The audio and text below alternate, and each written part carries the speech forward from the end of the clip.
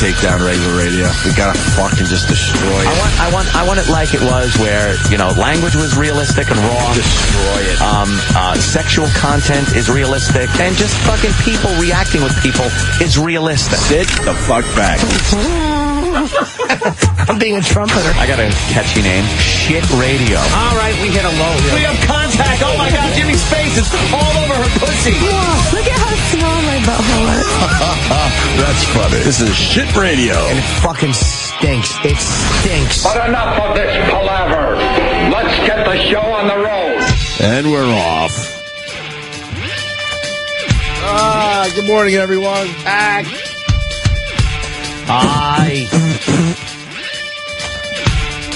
How's everybody this morning? A wonderful morning.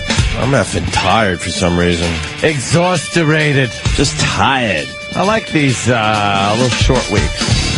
Where you get a Monday off and all of a sudden it feels like a Wednesday and it's a Thursday. It's Thursday. It's fantastical. I guess the big news is everyone's going to get to see the first picture of Tiger Woods today. Is that it? It finally surfaced. I think we should do a bit called Ichiban. What? I'd say we should do a bit called Ichiban. Where that's the top story of the day. Yeah. And, Ichiban. I think the picture was taken from space, though, is what I was trying to say. Yeah, somebody... it's very grainy and it's very far away, but you got your first picture of Tiger Woods coming out of a sex rehab clinic in Mississippi, of all places. And he's got a beard. Looks like a beard. And he's covering up pretty good. He's got like a hood on, so they're calling him Tiger Hood. All right. Tiger Hood. Let's all be honest. It looks like a perp walk. Looks like a perp walk to you? It looks like a perp walk. That looks like, there's the guy. We got to get him. He removed a hat in an elevator or something. He looks unlike the Tiger Woods we all know and love. Yeah, he's got the, Yeah, a little. I don't know if he looks like a perp. He's got like freaking nice clothes on and sneakers. He's just got a beard going on. Shit. He's got a hoodie. He's just walking around, yo. Jesus. I honestly think he's holding a cup of coffee. He looks like he's ready to throw it in someone's face. Is he? Yes, he's ready to pull a knife on one of our interns, apparently. Love. Good old Love Buzz got, I don't know. He got robbed outside allegedly mugged outside of our own building 2 days ago. Is he in today? Is he here? 2 days ago. All right, well, we'll talk to Love Buzz in a while. 2 days ago. Oh, you should hear the story. The way he tells it, it's fascinating. I'd rather listen to some film about Obama being the presidential candidate. Oh my God, I heard a replay of that for 2 seconds when I was leaving. I almost fell asleep driving. Sorry. That was really, really uninteresting. I gotta be honest. Yeah. All right. Let's be honest here. Yeah, wow. It was Edward Norton. Yeah. He likes us, though, so it's a weird, it's a weird situation. I am one of his biggest fans. I was asked yesterday, do you think he's a good actor?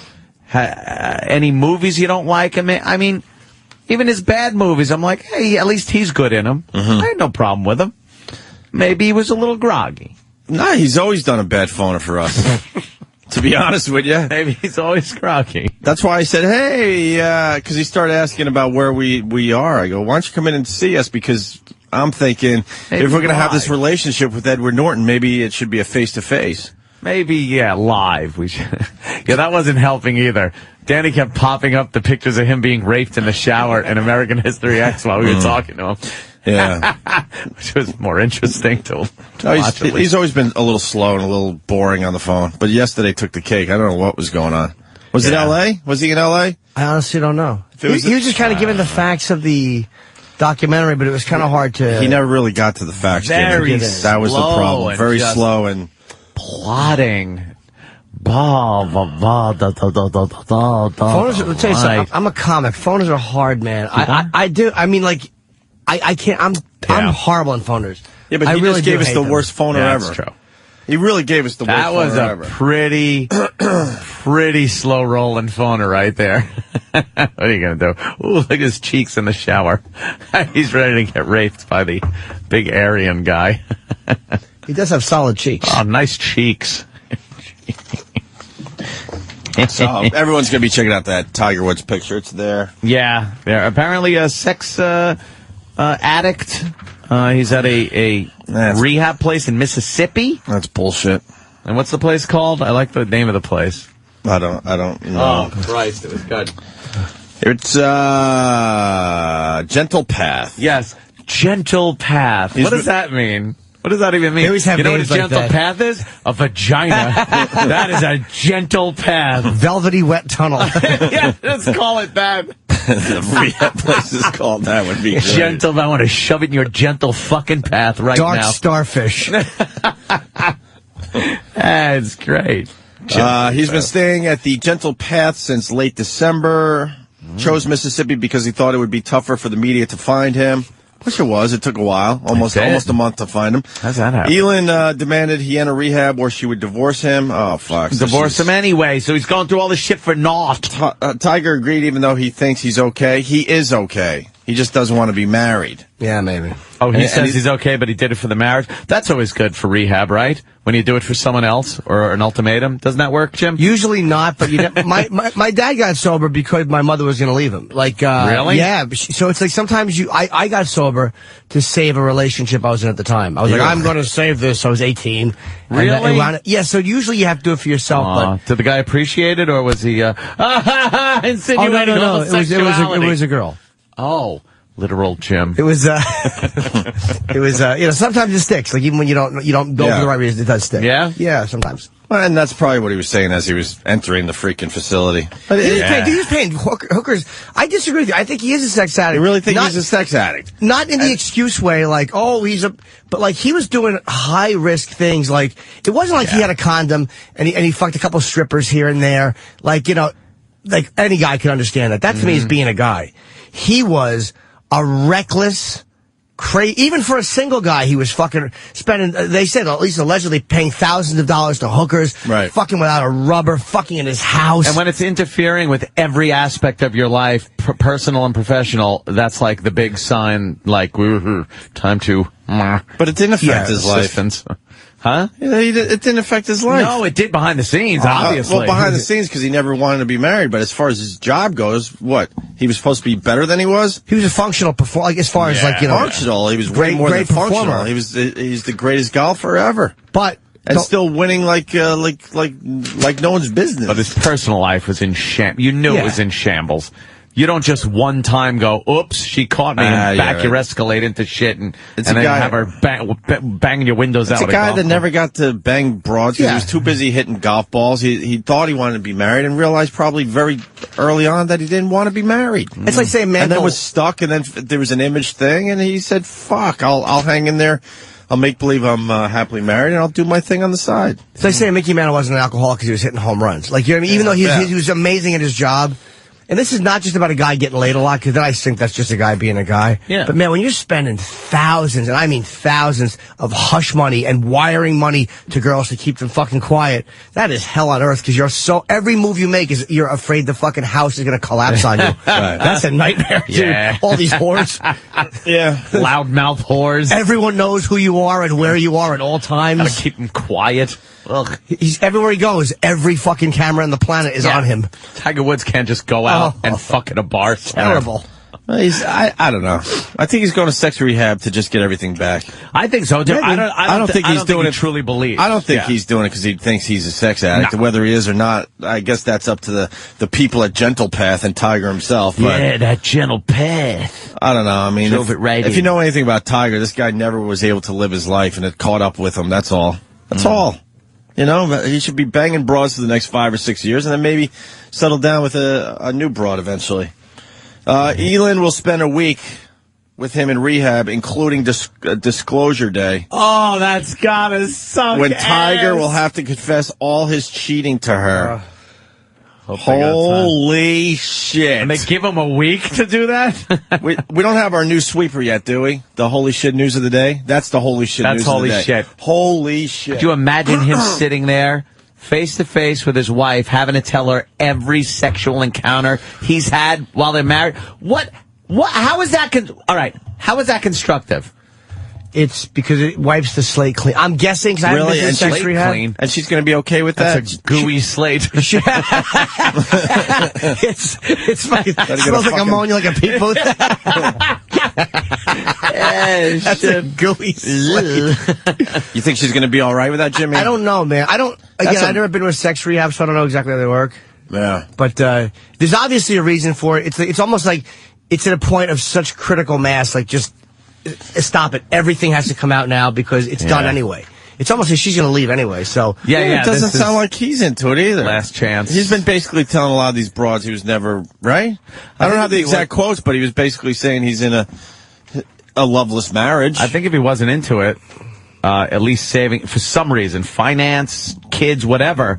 He wouldn't have gone to this unless he has no choice. You think this is for professional reasons? Yes, Do you he has no choice. He has look better?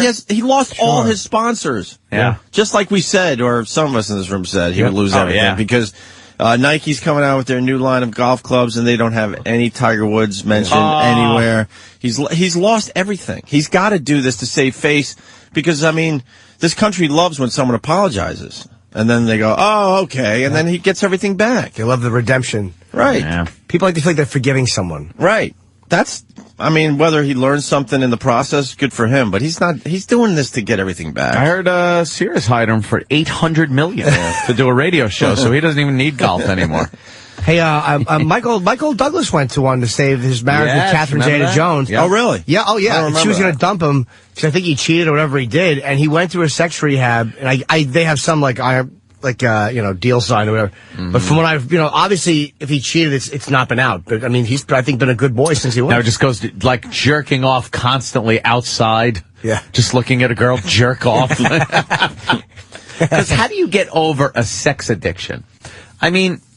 Because it's something you still, again, it's like the people with food addictions. They still have to eat.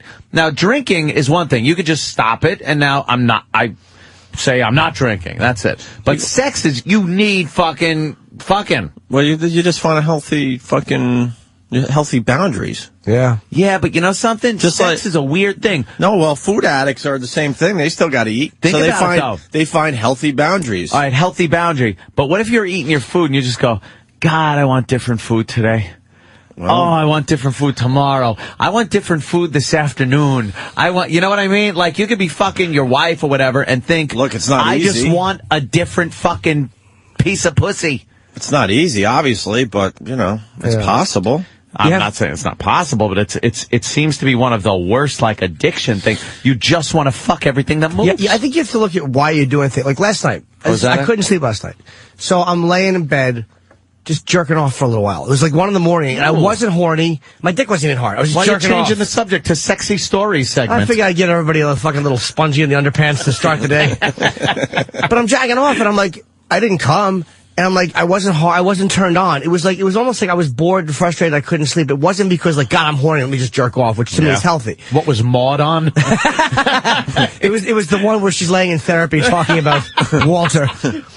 And she looked at me, and I had a weird moment. God's gonna get you for that, Jim. Why don't you just why don't you jerk off to completion? Because it would have taken me a long. When I'm tired and I can't fall asleep, that's exactly what I do.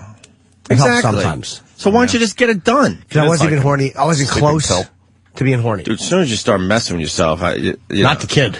No way. Really? There are times where it's just like, you're like doing the helicopter rotation thing, not even hard, just going, floor, floor, floor. Going floor, floor, floor, floor. Just winding it up like a rubber band propeller on a plane. That's exactly what it is. Floor, floor, floor, floor, floor. I finish what I start, man. Every single time. You finish what you start. You're a go-getter. Oh, fucking yeah. I don't. I can't finishing this. If I'm gonna fucking around a little bit, I gotta go all the way. In? Yes. You're all in. Yeah. No, I don't always come, man. Nah, sometimes just the thought of clean up and stuff, you're like, it's too much of a hassle. You have to piss after I always have to pee after I come, so it's like, I'll be up and down the toilet. I don't know if you're coming or going. Shut up. So Elon's going to be at Disclosure Day when Tiger will have to confess all his cheating to I wonder if you have to confess just to her. What? I imagine there's a counselor there, but is it the whole group or is it just... Hell fucking no. Probably not. I would guess hell Solo? fucking no. Solo. That's a solo with maybe you have the option of having a counselor in there. Like he's got to sit with some fucking plumber from Trenton. Yeah, That's true. kidding. Yeah, Just yeah. sitting there and Tiger's fucking telling really? every sex story he's had. The plumber will choke him to death.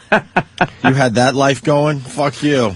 Keep it to yourself. Yeah, I'll bet it's just I'm him, a his plumber. wife, and a counselor. Yeah. Tiger does not have to clean his own room or attend group counseling like everyone else. Don't they do- He has yeah. maid service and usually does one-on-one counseling. Well, Good for him. if you're in one of these facilities, don't you think you should once again go all in and do what everyone else is I think doing? you're supposed to. It's part of the whole thing, isn't it? Yes, I don't like him having fucking maid service, if that's true. But I'll say this. There are weird exceptions to people in one-on-one service. It's like he is one of many, but he is also an undeniably very, very famous guy. And sexual stuff, I think, is different than drugs or alcohol. It's intensely private and personal, and it's also intensely sellable. And you never know, someone tapes you. There's a tremendous risk there. There was somebody that went to some kind of therapy, and they had pictures of them making the beds, and there was a whole big well, story. that happens to all of them. Yeah, like one of these Hollywood guys. All I of can't remember them. who the fuck it was, but Well, how about this next one? He has spent $100,000 renovating the cabin he's staying in. look, you can't do that. This is fake rehab. You got to stay This in is- the shithole they give you. You have to stay in the shithole and deal with the fucking assholes that are there with you. You got to clean your own fucking room, do your own laundry. I'm Tiger Woods, and I'm a sexy. You're Tiger! Tiger! You got to have the guys in there. Boy, I'm sure the rest of the people staying there aren't pissed off as he's renovating one of the cabins for $100,000. As he's walking to some therapy thing, some guy's going, Tiger, look at, here's my swing, Yeah, and I have a exactly. problem. I'm always fucking shanking it. Exactly. All right, look, I'm here for a reason. Could you shut up? This is all just to get his image back. Come on. Yeah. A lot of people Come on. depend on Tiger Woods to make a nice living. $100,000 to fix Other the patients cabin. are upset that their trips to the YMCA, for exercise have been canceling, so reporters can't ask them questions. Oh. Source says Tiger is mentally exhausted and tired of saying he's a sex addict. Yeah. He's right back to fucking. Right back to fucking. Unless something clicks, yeah, probably. I mean, Yeah. who knows? He's got to off deal the with his wagon. daddy issues. I don't like that scumbag Inquirer. I understand the Inquirer has a job to do, but anything with rehab or recovery, Yeah. whoever took that photo, I hope they step into a fucking ditch and their foot is snapped off. I don't know if that's a realistic punishment. I'm trying to think if that's even possible. Probably not. There's a thing about rehab that you should just kind of leave people alone. Yeah. Let them deal with their demons. Fucking vulture scumbag. Deal with their photographer. demons. Unless you're Dr. Drew and then you put it on TV for everybody. Yeah. Yeah, well, this is voluntary, you know. I'm not a fan of Dr. Drew anymore. I can't figure out if he's exploiting those people. I would love to talk to him about it. And not beat him up and go, Dr. Drew, don't you think you're exploiting these people? They had, what's the country singer that was banging Roger Clemens allegedly? Mindy, what was her Snoop? name? Oh. McCready? Yeah. They had Mindy McCready on, did you guys see this? No. Celebrity Rehab, where she had a seizure and they filmed the whole fucking thing. No way. And they showed it? Oh, yeah. Mackenzie Phillips and Mindy McCready, I guess. They're in their room.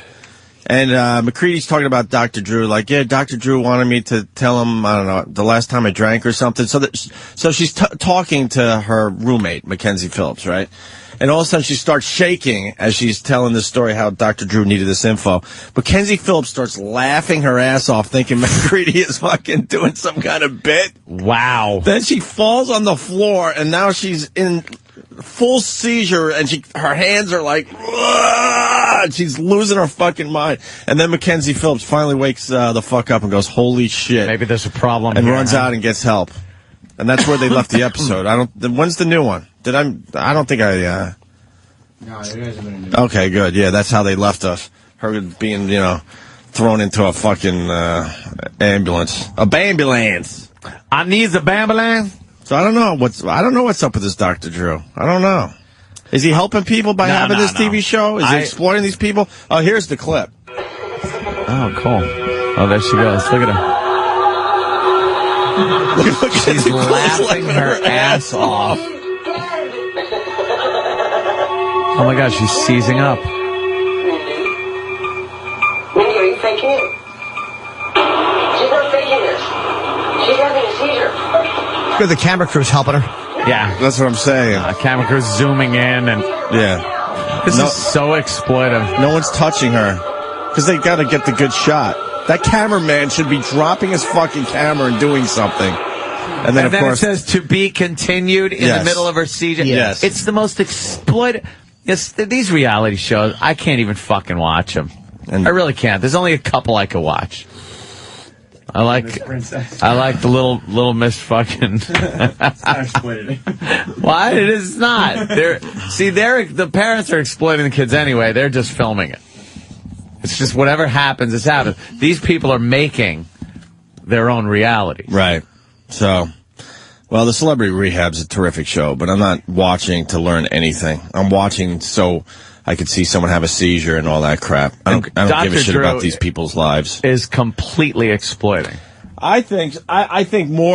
At How first he deals with it in his own head and how he sleeps at night might be another story, but it's exploitation. I think so. He gets washed up stars that are kind of desperate for a little more fame, so they go on these shows with these horrendous problems. Look at us. Do you think we're helping Bobo? I don't fucking know, but we're not sitting... It's completely exploitive. Of course. We're exploiting him for his retardation.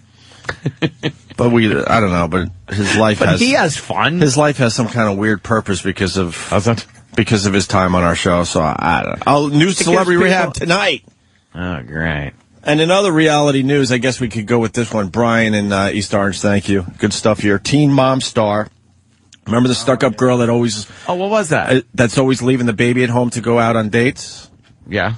She was choked out by her mother. It's a big story. Nice. Mother was arrested and everything. It's it's the show you like. Which one is that? I'm 17 and pregnant or whatever the fuck it's called. Oh, holy crap. Which one? Oh, the chick that likes going out. Yeah. Oh, okay. Yeah, she's kind of hot. She wants to go out. So what? Leave the kid at home. Leave it with the parents. Although she did go over someone's house on some kind of a, not a blind date thing, but it was like, let me go out with my friends. We'll meet up with these guys at some house. And I was not happy with the people that she had met up with. Right. Her being, of one section of one society, race and her. Well, I wasn't even going to bring that up. But, and that guy being of another section of Jesus Christ! Keep my job. Just stop with the sugarcoat. I wasn't going to say that. I got to sugarcoat everything I say. Oh my God! Without the sugar, people will see what a horrific racist I am. Let's go to Brian in Philly. People want to talk about Tiger a little bit, the sex rehab thing. Brian, what's up? Hey, good morning, Opie, Anthony. Jimmy, I have a question for you. Sure. I assume that sex rehab follows the same 12 steps as other recovery programs. Don't you think it's a little harmful to go immediately to that 9th step so quick without, at least having an understanding of the first 8?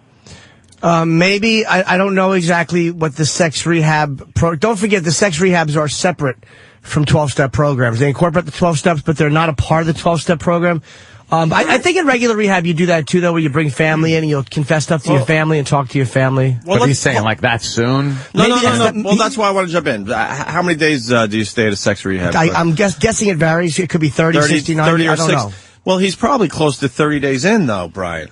Brian's talking about making amends. And, is that after you leave a rehab? It's usually not based on rehab. It's usually based on just your personal getting better. And it's about, in one of the particular steps, you make a list of all the people you hurt. And in another one, you make amends to them wherever possible, unless it would hurt them or other people.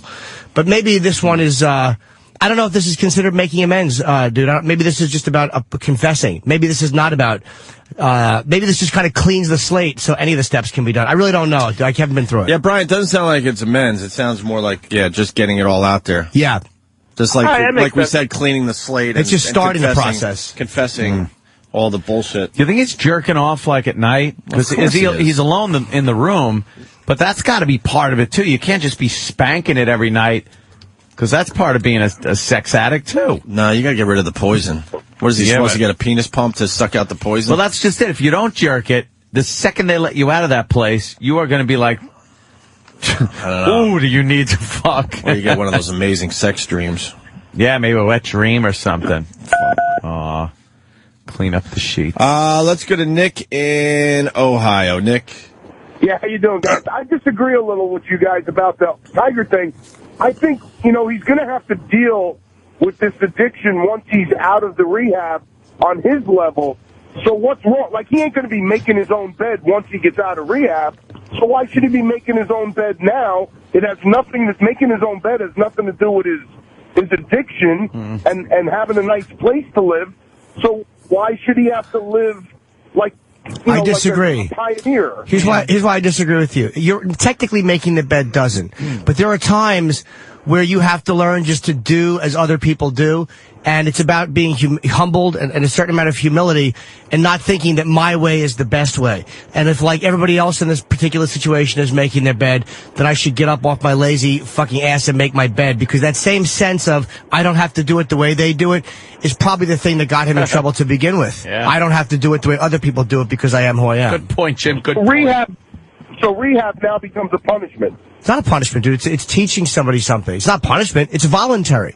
Well, certainly a punishment if you have to do something like as demeaning as making his own bed if he's a billionaire, and then he's going to look back on this rehab as, wow, the rehab part of my life sucked.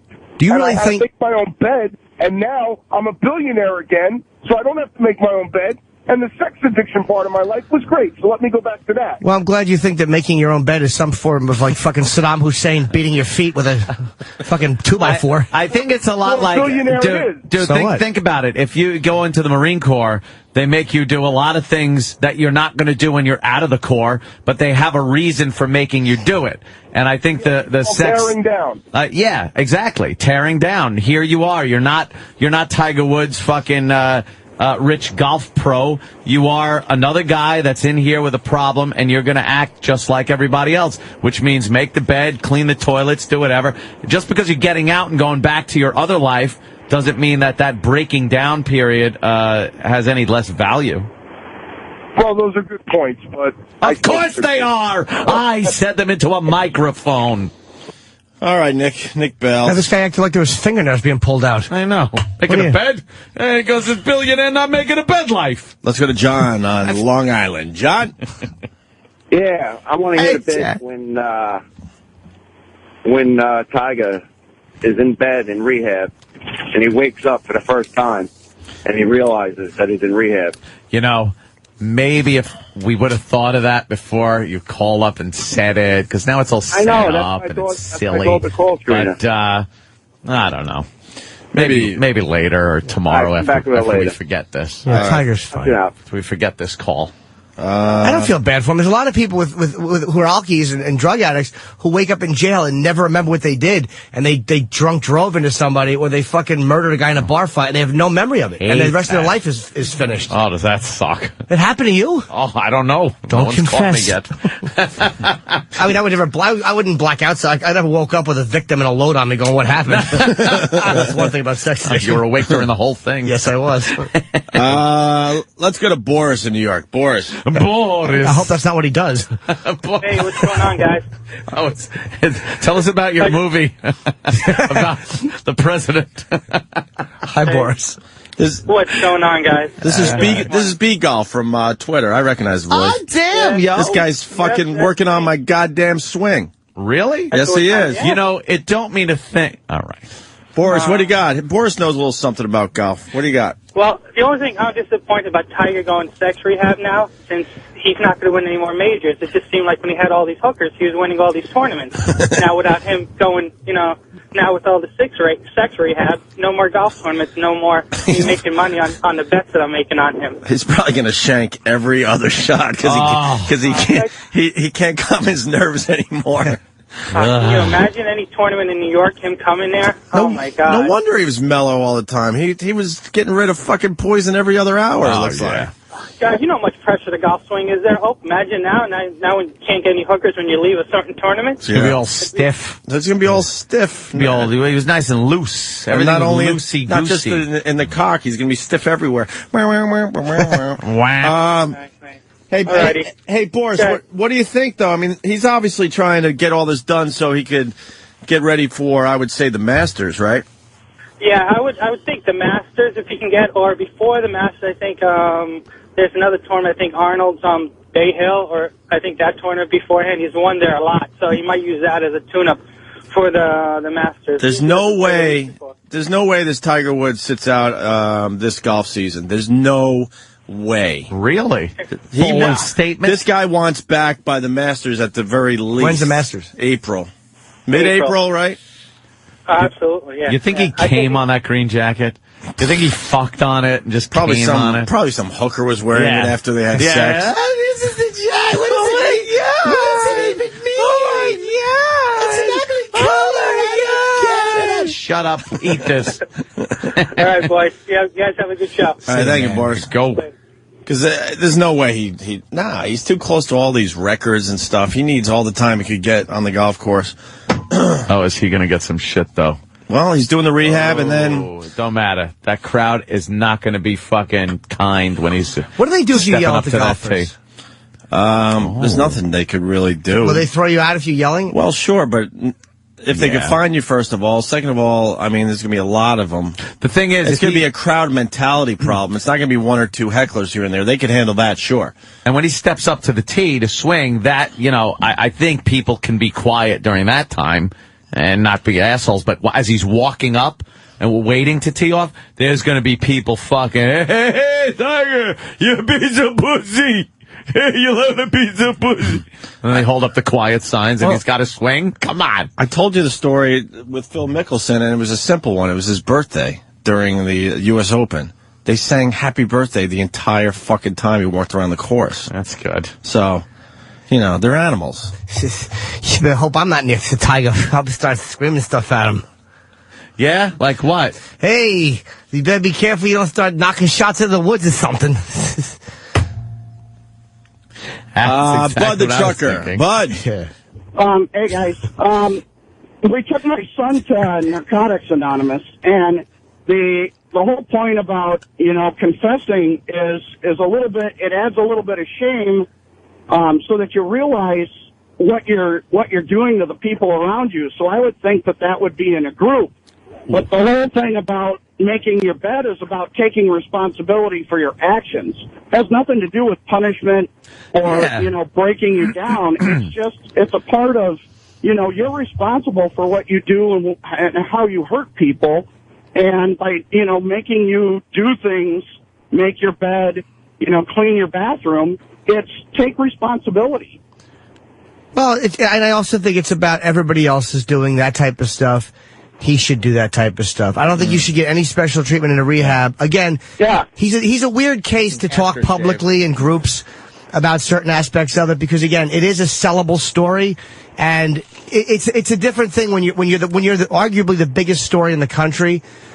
Look, somebody bragged that he was there. Somebody blabbed. That's how they know. So somebody would talk. Yeah, of course. Yeah, I understand that. But again, I don't think you should be getting any kind of special treatment. I agree. You should live in a nasty hut like everyone. Yeah, it's just, you got to take responsibility, and it sounds like he's not doing that. And isn't it, and you surrender, right, Jimmy? You kind of surrender. So isn't part of surrendering like, okay, I'm going to be here under these conditions doing what they tell me, right? I agree. The only renovations I would find acceptable are things for privacy because, again, there is people maybe with your tremendous own pillow interest. or something. $100,000 of privacy. No, that's what I'm saying. It's not. It's not. It's like that's the only stuff would be stuff like thick drapes or whatever. To I'm sure keep they people give from you. seeing in. I'm sure they give you a couple things here and there, but like Dan said, $100,000 in renovations is a little. Yeah, it's a little much. crazy. I personally think luxury. I think that's the rehab personally allowing him to do it because they know it's going to get out that he stayed there, and I think that making him happy is important to them because then it will get out that he stayed there. Like Betty Ford,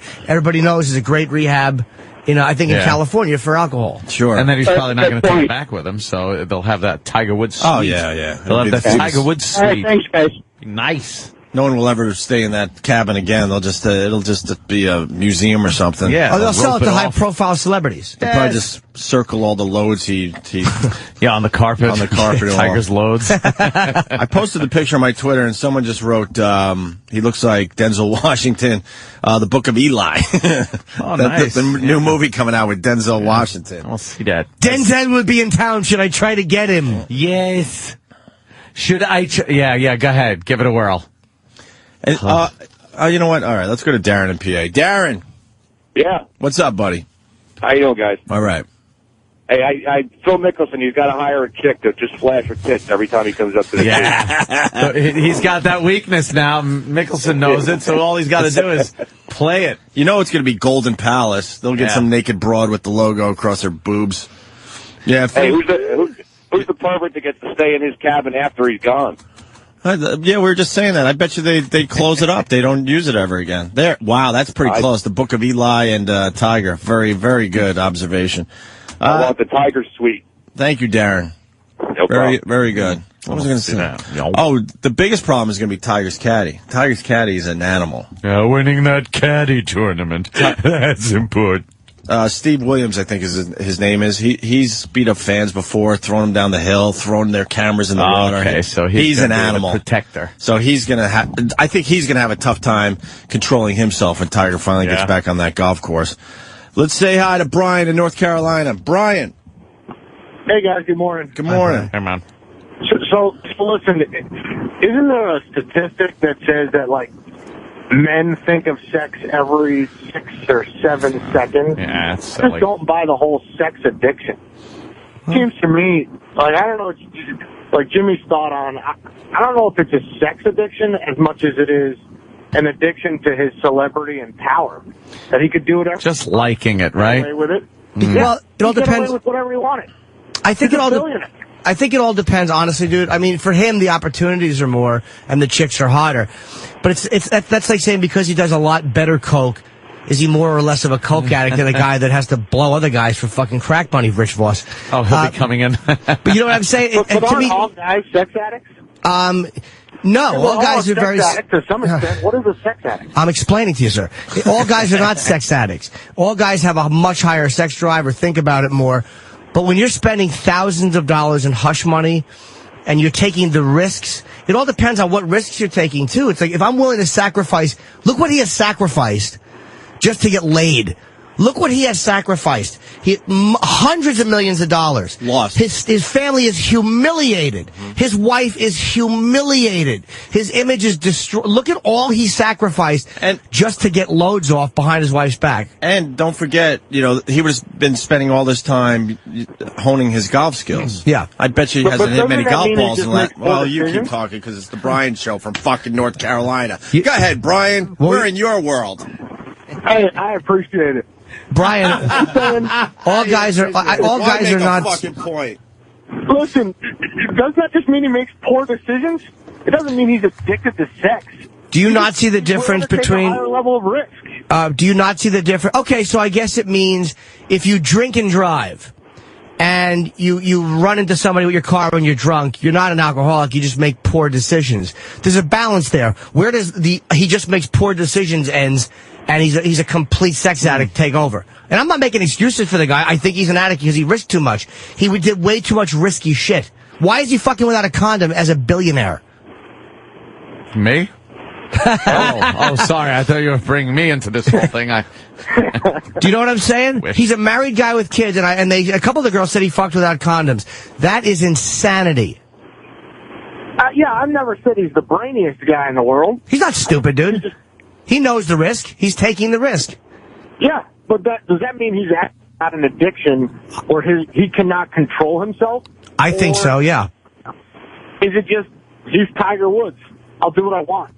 I've got the money, I've got the authority, I've got the power. I think so, yeah, but I think he'd still be the same guy. If he had the opportunities and he had no money, I still think he'd do the same thing. I was broke when I was drinking, dude. I never had money when I drank. I would drink a case of warm Meisterbrow for $8. We would buy grain alcohol because it got you drunk faster. I never had money. But Jimmy, alcohol is a proven disease. There's proven physiological impacts to your body from being an alcoholic. Yes. What are the physiological impacts of being a sex addict? It's maybe you like to blow loads. It doesn't have the same withdrawal, I'm sure, but I think the things that go into making people addicts and alcoholics, the personality defects, the personality disorders, whatever it is that makes, like they say, alcohol and drugs are a symptom of the disease. So it's like maybe the acting out sexually is a symptom of the underlying problem. That's personally what I think. I could buy that, yeah. We'll buy it. All right, guys. All right. Out. Thanks. All right, brother. Let's go to Chris in New Jersey. Chris. Hey, fellas, what's up? What up, hey, Chris? Fella.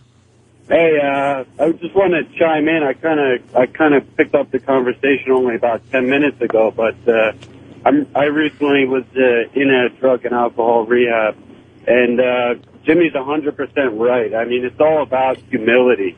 You know, they come in, they check your bed, that you're making your bed, that you're keeping your room clean, that you're doing your dishes. You know, and fuck, I don't do any of that shit at home.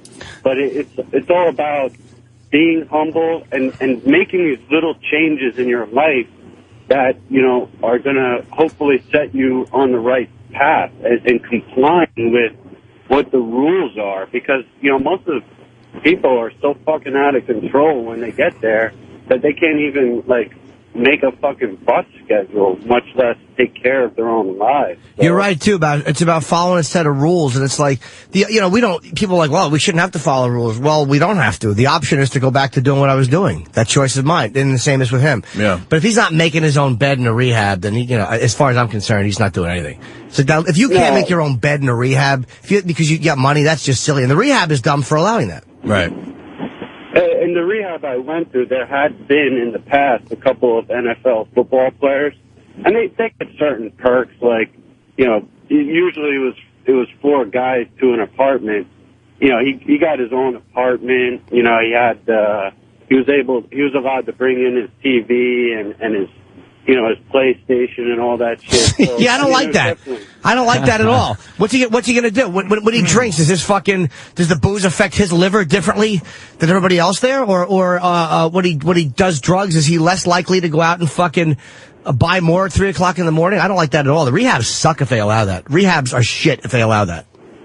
Yeah, I mean, when I heard that, I was a little surprised myself, especially since, you know, they were pretty disciplinary, you know, they were pretty strict with everybody. But yeah, at the same time, the one guy that was there most recently, he was there for a bunch of months. It wasn't like he was 28 days in and out. I mean, so I guess over time they kind of allow, you know, a little more trust, a little more rope. But sure, I mean, you know.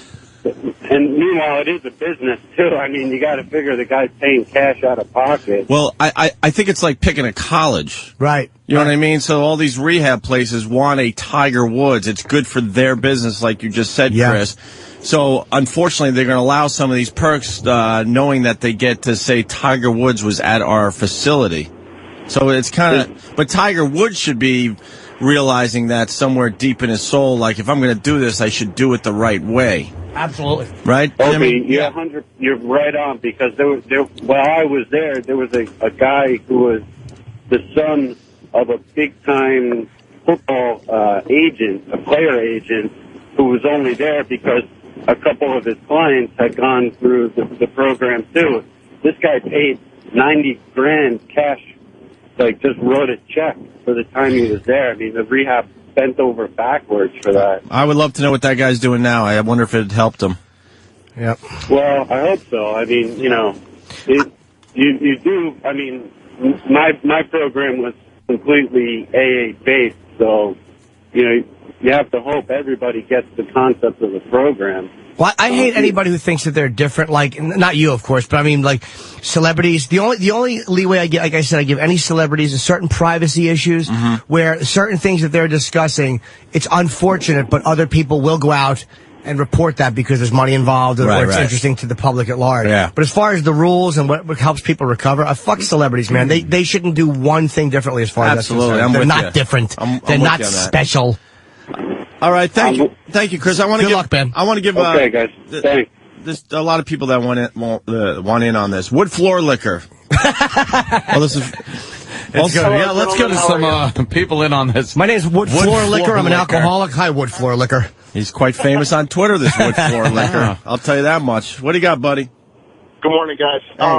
Addiction is a thing that's near and dear to my heart, having a lot of it in my family, but I'm pretty sure, not to put Dr. Steve in a pinch, but I'm pretty sure that they said on Weird Medicine recently that the Journal of Medicine is actually considering taking sexual addiction off the books as a legitimate medical excuse for doing things. All right. Well, we don't have any info on that. Yeah, I don't know what to say about that. Yeah. I don't think it's an excuse, though. I don't think, you know, I don't think you shouldn't suffer penalties for doing things because you're a sex addict. You have to suffer the penalties of them. Well, I think that it's just that there's underlying things that are causing you to do it, not necessarily that you're addicted to sex, but maybe that you have an addictive personality and other things are causing you to do these things and act out the way that you're acting out. Here's the deal. Tiger's married, and he's got a couple of kids, or what the fuck ever. What if he wasn't? Would this be like, oh my God, he's a sex addict and needs help? He's playing the game. He's playing the game fine. He would just be one of these guys like Warren Beatty who would be like, all right, he's just a guy that's out there fucking every chick. I would love to know A-Rod's track record. Yeah. He's a single guy. Yeah, exactly. I bet you there's some similarities between Tiger Woods He's and an A-Rod. addict because he's married. None of these guys, you never see anyone enter sex addiction clinics unless they're fucking married. It just doesn't happen. Look what happened. Fucking Duchovny did it. Like you said, Michael Douglas did it. Because they're married. Was Spitzer a sex addict? I think... Did he go to sex rehab? I don't know what he did, but I think if you're the governor of a state and you are somehow filtering money to hookers and fucking without a rubber, I think that's the sign of an addict. That's hero? An addict. No, okay. please. Sorry. And don't forget, it's always like nobody gets sober. Like personally, I didn't quit drinking and doing drugs because you never walk in when things are great. It's always when things are awful. So if you're married, then all of a sudden the bottom is fucking probably a lot faster because you're losing somebody. Is it faster or is there just a bottom there and then there's no fucking bottom when you're single guy as far as sex goes? I don't think you can lump it all into one category of addiction. Alcohol's a lot different. It could fuck you up physically. It could. I think a sex addiction is more fuck up your lifestyle. Mentally, there's a problem. I don't see it like, you can't crash into a child while you're fucking someone in the ass and ruin your life that way. I disagree, though. I think they are the same. You're right. You can't do that. But it is progressive, and you do things that you said you'd never do. Like, I know that, like, again, I love to get laid. I've never been married, and I know I'm an addict. It's like normal people don't do what I do. Normal people don't jerk off online. I mean, like, way beyond what is considered healthy. The fucking risks I've taken of getting arrested, getting prostitutes. If you knew the hours spent ritualistically cruising prostitutes. Especially we were off the air. Dude, I would listen to Joe Beningo every night, and it went way beyond, hey, he's a horny guy. It was my escape. And I would go to the Comedy Cellar. A lot of times I'd start 2 or 3 in the morning, 1 o'clock in the morning, be done at 5:30 in the morning. Wouldn't even get a hooker because it was a high. It was about keeping a high going. Yeah. Jerking off while I'm driving. Absolute lunacy. Completely out of control. That's something you do, like, that's a crazy thing you do maybe when you're like 18, just to try it. I think I'm going to jerk off driving. It was absolute insanity. And then Craigslist became available, and the hookers kind of stopped. So it just changed. But I didn't have the penalty of losing my wife. And you know what? As a comedian, if I got arrested with a hooker, it would not ruin my career. No. It really wouldn't. It would almost help it. It would, in a way, yeah. There have been comics that have been caught with trannies and shit like that. Yeah. I'm not saying like that. No, I know what you mean. Couldn't have happened, but... Yeah, wow. We hit something today. Let's go to Jake in Jersey. This is all based, I guess we got a lot of people tuning in for the first time. The first picture of Tiger Woods has surfaced from a sex rehab clinic in Mississippi. And he's got a beard and a hoodie on, and he looks like an evil tiger now, just like we were saying on this fine show. Jake, what do you got? Hey, good morning, boys. Good morning, Jake. Hey, my daughter, unfortunately, has been in one of these kind of rehabs now for 6 months. And daughter? I think it sucks. It really does. She has had an NBA star in there. And they bring I'm the people so sorry. They bring the people who drink and the people who are doing drugs together with the people who are doing sex. So now my daughter's not only addicted to drugs, but she loves sex. And it's like a reverse whorehouse. They bring everybody together into one place and fuck them at once. So, wow. Yeah, I don't know. I don't know what to say about that. Sounds like a great rehab. Where is this? Yeah, exactly. But Jimmy's right. It's all about humility. It's all about tearing people down and putting them back into a sense of them having a sense of themselves. Why are they on this planet? Not just to do drugs and have fun and get high, but what's your purpose? and a lot of them don't have one. Yeah. NBA star. You lost me right there. Yeah, hopefully it was Jeff Hornacek or John Stockton. Anyway, boys, All have right. a good day. Have a good show. Take care, man. I'm going to completely disagree with this guy right here. Tony in Virginia. Ooh. Tony. Morning, how are you? Hey, Tony. Hey, my point is, his wife would have been taking care of every little need that he has, and servicing him properly. He wouldn't have gone straight and wandered around. That's such a... That is Not true. That's so ridiculous. No, let me say this. I think the guy was pressured into getting married because of his image, and he wasn't ready to be married. Simple as that. Whether he's a sex addict or not, I don't know. But it's pretty obvious that the guy never really wanted to be married. I mean, I split up with my wife because she wasn't taking care of my needs. I found somebody that is. I'm not wandering around looking for a bunch of strangers. I have what I have that's good. Well, maybe you're not an addict. No, well, I don't know if I am or not, but everybody likes sex. But I'm saying, if my wife would have taken care of things, I wouldn't stray. I think it's If his wife would have taken care of things, she wouldn't have strayed. That's not true at all. Yeah, I think it's important to have a healthy sex life at home, obviously, but we're talking about two different things here. Yeah. And this guy wasn't ready to be married. I mean, that is the obvious thing here. All right, well... He was having sex with, like, hookers and stuff while his wife was giving birth, and, if half these stories are true, the guy wasn't ready. It's not about the... I'm sorry, but it's not about the partner not taking care of you, I don't think. Because I've had girls that were a little prudish and that weren't great. And I've had girls that would literally do anything I wanted in bed, and it didn't matter. I held out on them a little longer. I'm actually good now, believe it or not. I mean, it's like my track record is fairly abysmal. But after things came crashing down for me at one point, really bad it got. I can't say I got sexually sober, quote unquote, but it knocked out a tremendous amount of my shitty behavior because there were real consequences. Well, I look forward to seeing you at the State Theater. Thank you very much, buddy. Second show's on sale tomorrow. Bye. Yes. All right. See you. Bye, guys. And if you go to sex rehab, how hard is it not to have sex with other people at the sex rehab? Because they all just want it. Do you think they have people just march in the halls guarding all the rooms? I don't know. I've heard. How do you not, knowing the person across the hall is just as bad as you, I know, and completely understands? I know. You know what I mean? Yeah. Because with the alcohol and stuff, they're always checking you. So, I mean, you could smuggle alcohol into a rehab center. Gotta bring your cock and your pussy. But you got in your there. cock and pussy on you at all times. They can't take that off your person. How do you not? I guess there's a certain transparency in I'm guessing that they can see into your room at all time. They probably have no room entering policies for opposites. I don't know. Yeah? I just don't know. They have to be so strict. But you can't stop it. It's almost like two guys could be gay. So you can't just say no men with women because then two guys will blow you. It's like, I don't know. I guess you have to leave it up to the individuals to a certain degree too. It's like you're here. I would love to know because I don't even know how you have a roommate. Yeah. Yeah, two monkeys. They're throwing cum on each other. Fucking. Oh, jeez. Turn my little ringer off. It's not gay because I'm an addict, Absolutely, we're just getting high here. right. Just that's a question I need answered. The addiction is about the power you get as a millionaire. Oh yeah, this is a little weird. I try to understand when Jimmy goes down this road. Oscar in Riverhead. Oscar. Hey, what's up, guys? Hey, buddy. Let me ask you a question. You've been through the rehab, right? I went to a rehab when I was 17. I was forced into rehab after what was more an attention cry than a suicide attack. Right, for alcohol, right? Yeah, pretty much, right. Yes. All right, let me ask you a question. The end game for alcohol and drug rehabilitation is to stop doing alcohol and drugs, right? It's abstinence, yes. What is the end game for sexual rehab? Not have sex? No, it's so stupid. Dude, are you going to ask? Are you asking because you want to ask, or are you asking as a springboard into your?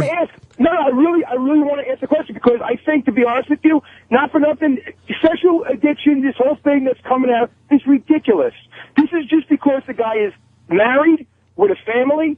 I understand he was doing dangerous things. We're not using rubbers and everything else, but this is ridiculous. There's no such thing as a sexual addiction in my eyes. You know what? I think Anthony made the point before, or Opie did. You get Aaron out there, he's having sex with a bunch of people. How come he doesn't have a sexual addiction? Again, to answer your question, what I think the end game with sex is the same as food. To do it in a healthy way. And it doesn't mean you can't have a high sex drive or you can't be slightly perverted. I don't think that's what sexual recovery is. But I think that there's a balance that most people have. To say you can't be a sex addict is ridiculous. If you're telling me that me behaving the way I behaved in my life is normal, you have no comprehension of what you're talking about. You really don't, dude. And I'm pretty open and honest with my stuff. But if you knew the hours I wasted online, the risks I took, the money I spent, when I could fuck a girl, but I didn't want, I used to pass up fucking girls because I would go home and jerk off and then go out and get a prostitute. It was completely abnormal behavior. And I back up Jimmy, Oscar. I mean, we're lucky to have someone like Jimmy that is so honest about his personal life. And, you know, But that's what I'm saying, though. I understand. It's different, but it's different between what Jimmy's doing and A-Rod's doing. Absolutely. Simple as that. Simple as that. It's what he's into. Just because, look, I don't agree with having dukes dropped on my chest, so I'm not going to do it. If he can get someone to do it for him, hey, more power to you. What is your sexual life like, Oscar? What is your sex life in a nutshell? Completely like, I mean, are you faithful in a relationship?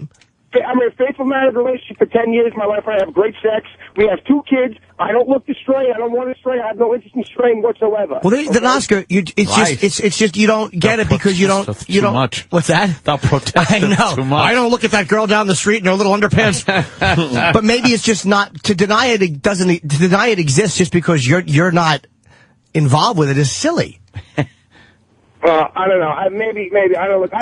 I have had sex in my life with girls other than my wife before I was married. Yeah, sure. I got married, and I've done some pretty freaky things. I'm going to be honest with you, okay? But again, even if I did stuff that was out there, who is it affecting? But me and the person that's doing it with me, right? Maybe. Oh. Hey, look, it doesn't matter. No one said the whole world is affected. But if you're destroying your own life and feeling empty and disgusting after sex, like I did for years, even with girls I was dating, because I was using it as a get high as opposed to just whatever you do with your wife. So you have great sex with your wife, you love fucking her. That's healthy, that's great. Even if you tie each other up and piss on each other, that's great. But when you're using it as an escape and as something else, that's when it's unhealthy. And that's for every individual to make that decision. And Oscar, let me jump in here. Before I knew Jimmy, I would have agreed with you. I would have said this sex addiction thing is bullshit. I really would have. I would have agreed with you. But listening to Jimmy over the years, you realize, holy shit, you certainly could be addicted to sex. I understand, but you understand the point they're trying to make. It's not what he's doing is not hurting anybody. I understand he may feel. Wait, Jimmy or Tiger Woods? No, anybody that have a sexual addiction. So Tiger didn't hurt his wife or family? How is Jimmy's? I'm not talking about that. I'm talking about yourself. If you're a single guy, take the family out. I'm not talking about. Okay. You're a single dude, right? You're going out there. You can do whatever you want to do. You can feel any way you want to feel afterwards. Okay. So wait. So the fact that I know what you're saying. I'm not hurting myself at all, despite how it makes me feel time and time again, despite the fact that I know I'm doing it for the wrong reasons. Despite the fact that I know I'm doing it to escape because I'm bored or because I have whatever reasons I'm using it to escape for. Jimmy, as a single guy, knows he's hurting himself with his sex addiction. He's made that perfectly clear on our show. All the time he wasted trying to get that sex high when he could have been working on stuff for his career or his personal life. He doesn't hang out with his family that much. I understand that, but he probably could have hung out with his family more if he wasn't, searching out this high all these years. Who knows? I don't know. I'm not in Jimmy's world, but it's obvious that it has affected him as a single guy. What, Oscar? Let me ask you a question, Jimmy. Sure. If you're driving a car, okay, if you had 5 prostitutes piss in your mouth, okay, and the next day you drive a car loaded up on cocaine, not for nothing, you're going to hurt yourself more with the cocaine, right? Physically, sure. Yes, physically. That's the point I'm trying to make. It's the fact that, the chemical addiction is a legitimate thing. In my opinion, I don't think that a sexual addiction is something that people should, oh my God, like sex is 15, we'll just throw them into a rehab. A single guy, it doesn't make sense. You don't have to, Oscar, you don't have to see it. It's not important that you see it because maybe it doesn't affect you. So you seeing it is not important to me or to anybody else who knows it exists. And when you say something like, well, you're only hurting yourself, that's the same excuse people use who drink alcoholically and who drugs. Hey, I'm hurting myself. And yet, meanwhile, there are 12-step programs specifically for spouses and loved ones of people who drink, specifically for adult children of people who drink, because you destroy people around you. When you're destroying yourself and when you're making your own life completely unmanageable and completely miserable, miserable. People who love you feel it, and people who love you are affected by it. No one is an island who just affects themselves, regardless of what their addiction is. No, I understand. All right, okay. I mean, look, that's my point on it. I understand what you're saying. I don't necessarily agree with it, but I do understand the point. And you're lucky you have a good marriage, man. Just be happy you got that. You're lucky. And Oscar, that's our show. It's fine. You don't have to agree with us. Yeah. I mean, you got your point out. We got a nice discussion, and that's fine. So hope I bump into him in a glory hole somewhere. The best part about this show is in 5 minutes you're going to hear dick jokes. So that's the best part. I love this show. So all right, Oscar. Thank you, brother.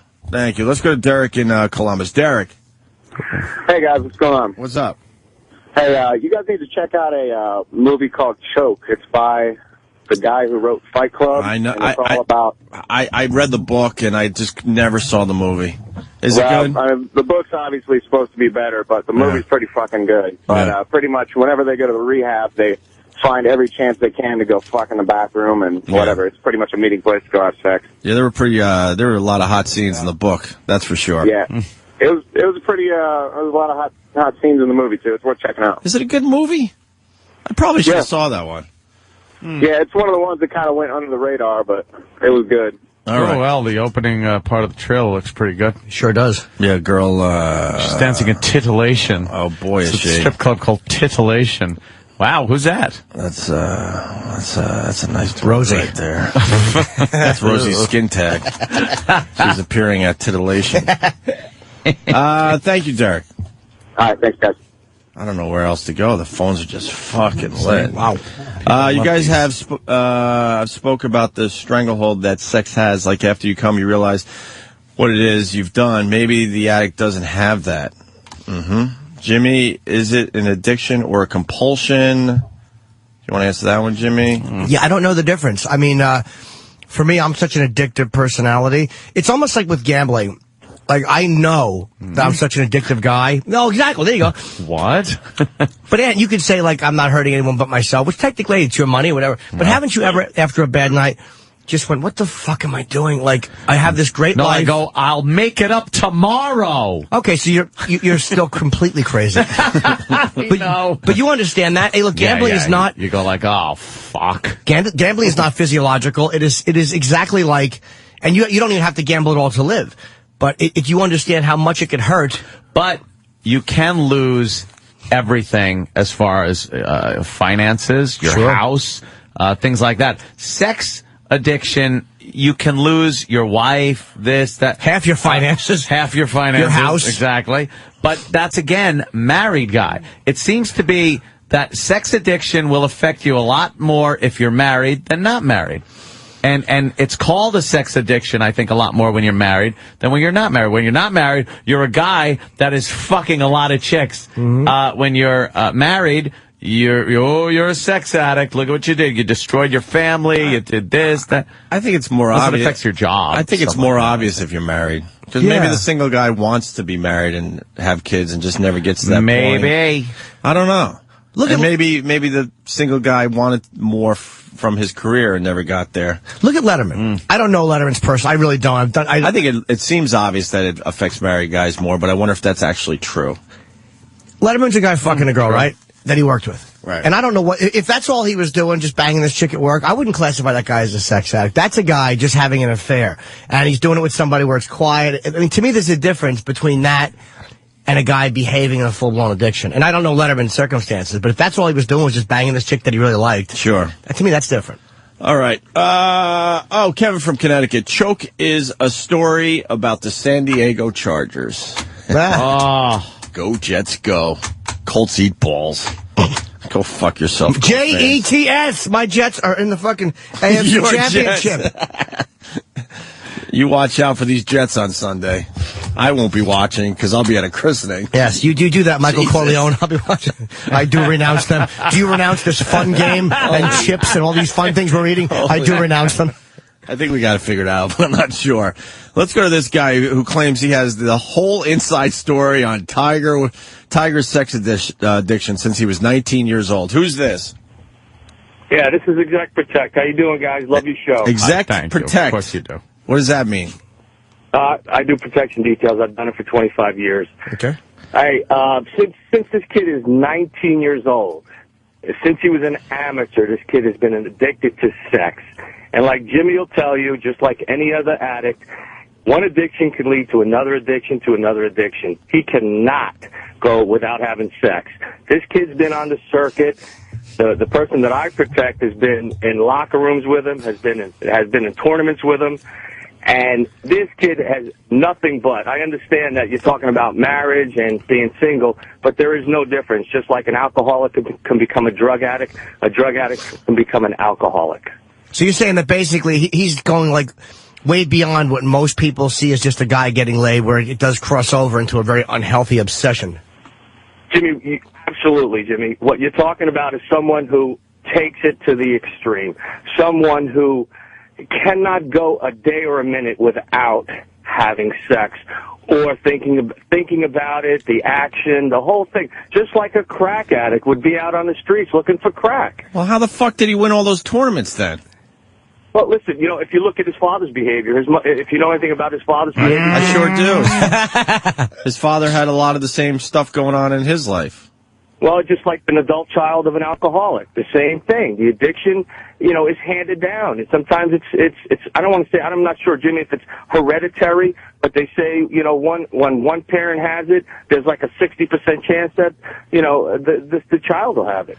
Yeah, I think it can be hereditary. I think it's in the genes, as they say. I think my dad's got that addictive personality. I think other people in my family have it. So yeah, I think that I don't blame my dad obviously because I made decisions. Right. But if it becomes an obsession, and somebody told me one time, obsession is a thought over which logic has no power, and that made a lot of sense to me. Even though that might not be the actual thing, but I know that doing X, Y, or Z is bad. I know the consequences, and that doesn't stop me. I can logically write out why it's wrong. Doesn't matter. The obsession to do it is much stronger than the common sense which says don't. And physiologically, you got, and Jimmy, and you guys know about addiction, that there's a certain amount of gratification, immediate gratification. When it becomes, it's psychological, it's physiological. It's more than just the act of sex. It's a lot more than that. Well, it's also, I think, the dopamine that the brain releases. I imagine the brain releases the same chemical for most addictions.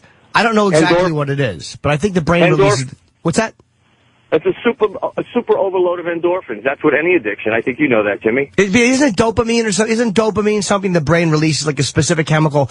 It's like a reward system, and it's what makes us have sex and what makes us eat and things that sustain us. And ours just gets out of whack, and all of a sudden you're rewarding yourself for fucking snorting white shit off a mirror, off a fucking kiss mirror. Instead of just sex feeling good, so you reward yourself because you're procreating the species, you're jerking off with a fucking a questionable friend to the next, and then boo. All right. That fell apart. I just fell apart. I'm sorry. You just came. I got nervous. Exec, what do you know on Tiger, though? Anything else? You know what? The guy's in a rehab. The guy, like I said, the kid is as dirty as they come when it comes to sex and his addiction. And it's a known fact. I mean, this has not been a secret. It's just, you get these. I hear you guys. I listen to you guys every day. I'm working 18, 20 hours a day. I listen to your replays. I listen to everything. And I hear these idiot callers call in, and they think they have the answer to what's going on with this guy. Listen, it's a simple thing. It's just like, just go into Harlem or go into Westchester, pick up a crackhead, and you've got the same person. It's just that he's a celebrity. He's got the money. He's got the people. Just like OJ had the people to cover his ass. This kid's got everything he wants, everything he needs to sustain an addiction. Quite honestly, who knows? If Jimmy had that kind of cash, we might be talking about Jimmy. Yeah, it is I think when you're a celebrity and you're that famous, like you said, there's people around you who will protect you. Like Michael Jackson, when he was doing his thing, and they said his doctor, that's the charges at least, that his doctor was giving him stuff. It makes it much longer before your bottom becomes apparent, because you have so many people protecting you and so many people telling you what you want to hear, and people helping you avoid the consequences. They're still protecting Tiger. Yeah. They're going to protect him. They're going to protect him just like they protected, just like the way the Olsons were protected, just like the way Heath Ledger was protected.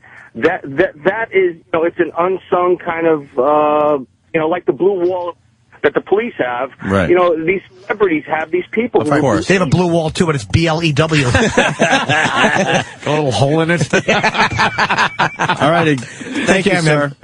Well, I love you guys, man. You take care. Thanks, buddy. All right. Phone's still lit, but we should take a break. We'll figure out if we continue with this or go somewhere else. Dude, sex addiction is a massive... It's complicated. Wow. People seem to really latch onto it. Yeah. A lot of people disagree. It's definitely complicated. Yeah. It seems alcohol's an easier one to figure out, or drugs, but... sex is just harder to admit. Let's go around the room. You think Tiger's a sex addict? And do you think he's doing this to really help himself or get his image back and get back on that plateau? I don't think he's trying to help.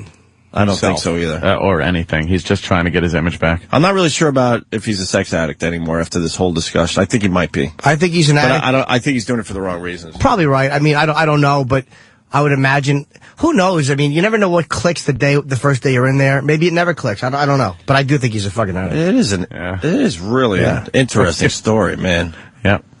What? I'm just laughing. They're bringing up hysterical references over here. Oh, really? Crocus. I've heard of Crocus in years. Oh, the band with a K? Yes. Stop. Assholes. That's what you try to do with a Tiger Woods segue into a docking discussion. I know. It's ridiculous. Crocus. All right, why don't we take a break? Brock Lesnar info. We got so much stuff to do. Wow. Maybe we do move on. There's an all-white basketball league that has people outraged. Yeah, of course there are. By the way, we got outrage. We got a Saudi teen that is a bad person for taking a cell phone to school. Yes, she is. Yeah, well, she got what she a girl? deserves. I wasn't sure. Okay. Getting what she deserves. Yes, sir. And the NYPD cop, the cop's wife drowning in a fucking pool. What is that about? That is tragic. What happened? A tragic story as well. So we got lots to do. Stay there. Opie and Anthony. Gotta love the Who. Playing halftime at the Super Bowl, right? It's cool. I love the fact that Pete Townsend is allowed to play at halftime. No kidding. So he found fucking kitty porn on his computer. It's great. No kidding, man. Doing research, were you? Yeah, keeping it family safe, are you? Janet Jackson's terrible, but he's got fucking kitty porn on his computer, and he's fine. Dude, you just gave me hiccups with that. Asshole NFL. Fuck, I got the damn hiccups now. Go Jets, by the way. Jets, my Jets. I bleed jet green. They got a big game coming up or something? Sure do. Quack, quack. Sure do. I'm not a fan of Peyton Manning and his dumb hairdo. You can't win someone is my brother-in-law. He goes, you can't win the Super Bowl if you have a hairdo like Peyton Manning. A hairdo. My brother-in-law doesn't like his hairdo, and he calls it a hairdo. So the Who playing halftime at the Super Bowl. I guess what the Steelers playing in the Super Bowl? What year is this? Yeah. What fucking year is this? It's the year that everything has to be kept nice and safe. Really? Well, I remember going to the Who's farewell tour 20 years ago. You know what? It was 20 years ago. Yep. It was at Rich Stadium in Buffalo. It was the farewell tour of the Who. Yeah. And that was 20 to 21 years ago. They're still playing. So I got ripped off 20 years ago. No, there's just a lot of places that they have to visit to say goodbye. Oh, they're still saying goodbye? Yay. 20-some-odd years later? Yay. Amy Fisher, what a whore. God, you gotta love her. Does her husband still listen to this show? I don't know. Because he's a fucking beast, and I probably shouldn't have said what I just said. Is he still her husband? At least if I was getting beat up, it would be by a dude and not a girl like a certain radio host. Oh. You know, the guy that wants to box me got beat up by a girl. Really? Yeah. Really? Really, Mr. Hillbilly? Amy Fisher. What's going on with Amy Fisher? Apparently, she's become... Now, Opie, I don't think you should bash her like that because she's very charitable. Is she? She's become very charitable. What she's doing is gathering up some money to send to Haiti. Well, which is very nice. Very nice. Is she doing all the proceeds or a percentage of them? Who knows? She's in Comac, Long Island, stripping, and she's giving money to Haiti. Let me see. For that. She's fucking sexy, man. Yeah, she kind of is, huh, Jimmy? I think I'm gonna go. I know where this place is. It's not far from me at all. Is she still married to Joey Buttafuoco too? I think so. It's like Gallagher too. That guy's an animal, man. Oh, yeah. He's intimidating. He was in here. It's crazy. He doesn't know how to laugh. No. What was he, ex-cop or something? A million jokes, and he barely broke a smile. Go. That's a picture of Amy Fisher in the shower, soaping up those nice breasts. I'd love a lap dance from her. You know, it's hysterical. She's doable. She lived in the same development as my mom and Sal. Mm-hmm. So you look at her in these, like, little films and pictures of her in her house. Yeah. And it's like the same layout. Oh, really? Shit, it's the exact same house as like, your mom's? hey, you're over my mommy's house sticking a dildo in you. Is that mommy's couch that she's shoving a dildo up her ass? It's great, man. Oh, wait. I don't know my holes. Yeah. Sometimes you don't know your holes. That's a higher hole. Anyone else get confused when you see some of these pictures and Well, you don't know your holes? Sometimes the It's hole's like, wait, a that's little not higher. her ass. That's her What pussy. are you going to do? Oh, look at this. Oh, God. He's just plowing away in a nice big bed. Like a big fucking gray gorilla on top of her. Yeah, she's going to be dancing at a club. What the hell's the name of this place? It's nice. I don't know what it is. Real nice. Someplace in Comac. Is it tonight? Oh, yeah. With proceeds going to Haiti? I think 3 days. It's called The Scene Restaurant and Lounge. Really? In Comac. Yeah, The Scene. And she's going to be dancing there for 3 days, and I guess some of the proceeds, who knows how they're going to divvy this up, will be going to help people in Haiti. So her vagina, or actually her boobies, she's not allowed to show vagina out there. Could you? Yeah. You know, and you bring up something that should be said. There's a lot of people that are doing the right thing for Haiti. Yeah. And they're, raising a lot of money for that hellhole that is Haiti now. Uh-huh. But there's also other people that are just completely taking advantage of the Haiti situation and making money for themselves. So if you are going to donate, you really should do a little research to see, where the money is actually going. Where's it going? Because there's a guy on Twitter who's like, hey, for every person that follows me, I'll give $1 toward Haiti. There's a lot of that going on Twitter. And, if you download my song, so there's opportunists out there. Opportunists. They're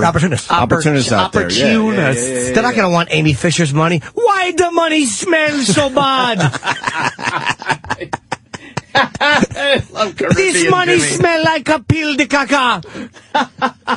The gal put it in her vagina first. Caribbean Jimmy rolls. We don't want the smelly money from the girl from Long Island. Hey, Caribbean Jimmy, you just got back from Haiti, didn't you? What's going on down there? Things ain't good, but they ain't bad enough that we need money from that dirty girl. The money smell, man. It smell like somebody rabbit-upping fish like Luca Brazzi's vest. You should take all donations. You guys are desperate down there. We're going to take the money. We just got to peel off the top couple of bills and throw them in the river. The gal vagina smell bad. Get it? Yeah, I think we did.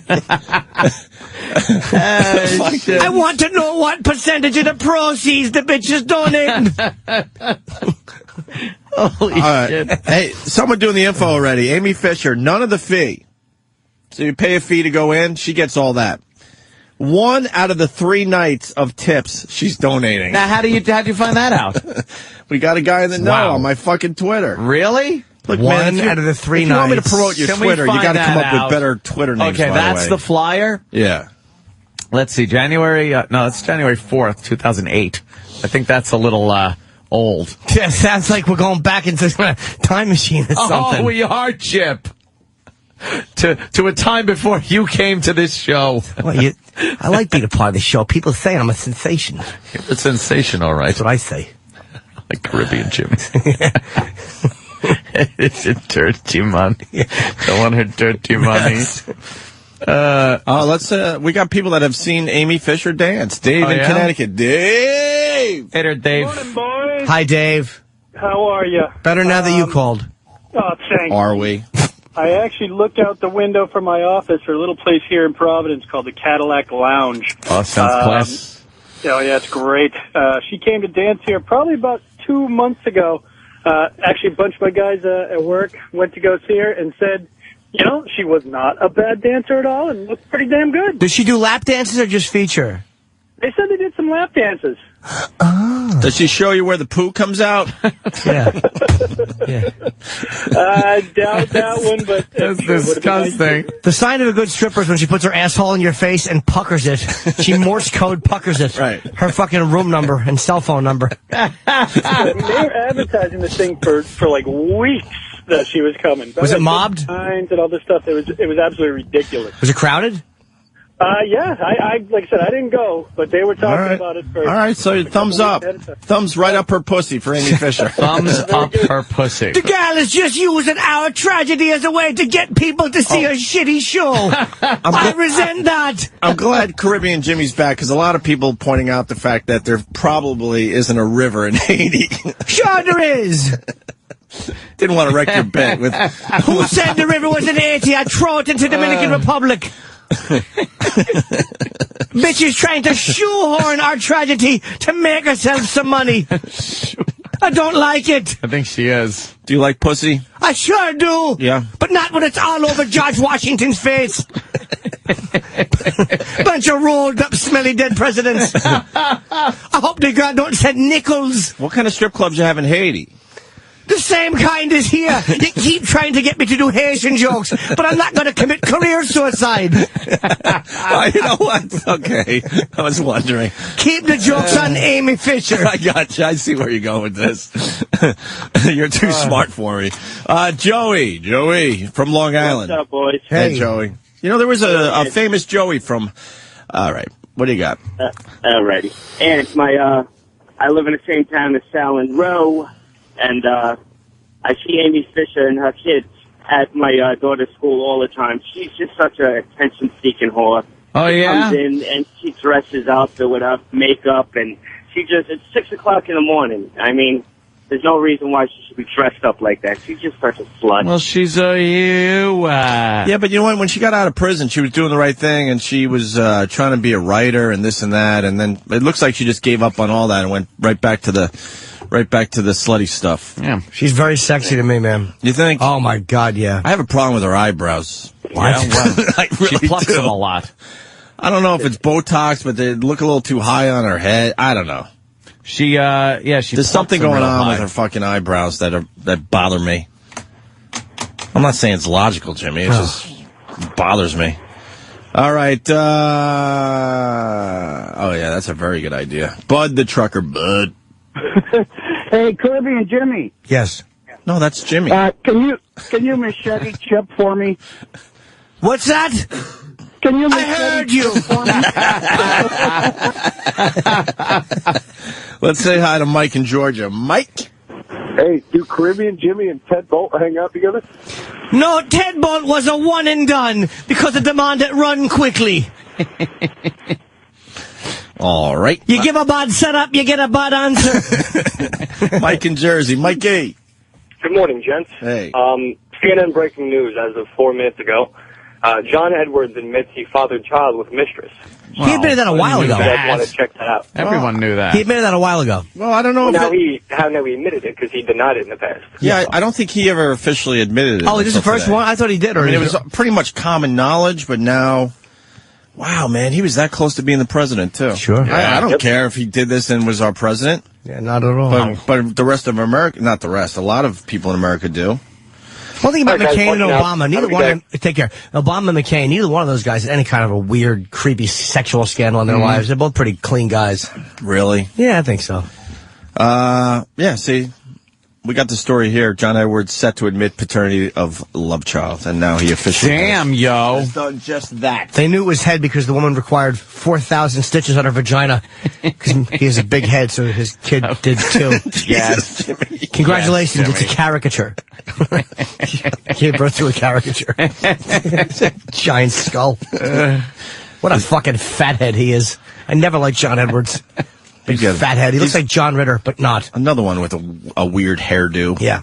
Fucking Lego person. Let's talk about people in their weird hairdos. JFK. Who has a weird hairdo? Hairdo. I just love the word hairdo. Me too. It's so 1950s. Yeah. Should do a couple quick things because then we're going to get rich in here. Do a little break and get rich in here. We got a Boston weatherman that makes a sexual innuendo. Oh, my God, that's trouble. Women like that when you do that. Like sometimes if I say it's going to rain tomorrow, I say it's going to be like your pussy when it gets all wet. Just sopping. I bet that gets them. Sure it does. Start coming like crazy. Wait, so are you going to see Amy Fisher tonight? Yeah, I think I am. All right. I think I'm going to check that out, see what that disaster is all about. There might be a line. You got to get. He's Anthony. I'll get Well, you better in. call and then call I'll ahead. get in. Get a special fucking table. Throw some of that money around and see what she could do. Easy come, easy go. See how far you can get with Amy Fisher, for real. I'll give it a whirl. I mean, you're in a strip club. You got the cash. She's doing it for Haiti. I'll do It's it. perfect. I'll check it out. I'm in. We want all the proceeds from blowjobs and butt fuckings too. Not just the admission, girl. Not just the dollars them throw at you. You silly old lady. Caribbean Jimmy, you got another call on the line. Shark in Missouri. Shark. Jimmy, I love you, but your Caribbean Jim sounds more like a fucked up leprechaun. Yes, I've been told my accent is all over the place. That's because I'm a world traveler. It's great. I love Caribbean Jim. All I hear is Caribbean Jimmy. I don't know what you're talking about. I miss my husband, Andrew. I miss Andrew. I miss holding him in the middle of the night and kissing him face and wiping the spittle off his lips with a garden hose. Jesus. Tell me if you're Lucky Charms. All right, Shark. Let's go to this weatherman out of Boston. A north wind at 13 miles an hour. Picking up some snow, are we? Yes, we are. In Princeton, we picked up 9 inches of snow. Bill Ricca had 7, the biggest amount that I could find, almost as big as me, about 9 inches. Bill Ricca 7, and in Stoneham we had 6. What the hell is that about? That fucking guy rocks. First of all, what a terrible delivery. Almost as big as me. We got it. Horrible delivery on the joke, but fucking A for fucking F. And he leaned into the camera when he said it. Did he really? Can we see the video? Yeah. Oh. Almost as big as me. Oh, so he's got like 10 inches? I'll tweet 10 this inches fucking of cock. video for everybody. Channel 7 up in Boston. This is a big channel. Big station, big news station. Is he fired? I don't know. There's videos everywhere this morning, though. He's a smart man. He's a fired smart motherfucker. A fired? He's a fired. Yes. He's gone. Yeah, because it's not a slip up. You can't do a my dick is 9 inches joke and then explain it again. You're a weather guy. Almost as big as me. Good one. We got it the first time you said it. God, fucking, I hope they fire him. I hate him. Yeah, hate him. Why? Shitty weather. I hate weathermen. They're fucking smug wannabe stand-ups. Fucking pussy. They always try to be a little funny. Exactly. Put down the clouds and pick up a mic. That's what I say. Guy's a cunt. Jesus. Here we go. Oh, it's already gone. Yeah, of course. They fucking yanked it. Motherfuckers. That sucks. But he leaned into the camera? Yeah. Like, step aside, folks. Yeah, almost. Here comes a big joke. As big as me. 9 inches. Then he says 9 inches. What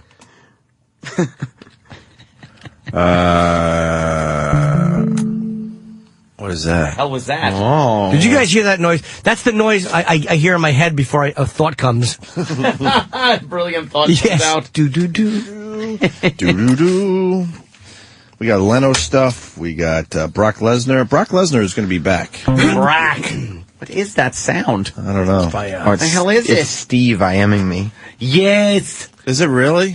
Hello, Twink. What is he writing today? I'll find the clip. Give me a second. Hey, do we have any Leno? Because I think Leno hit back.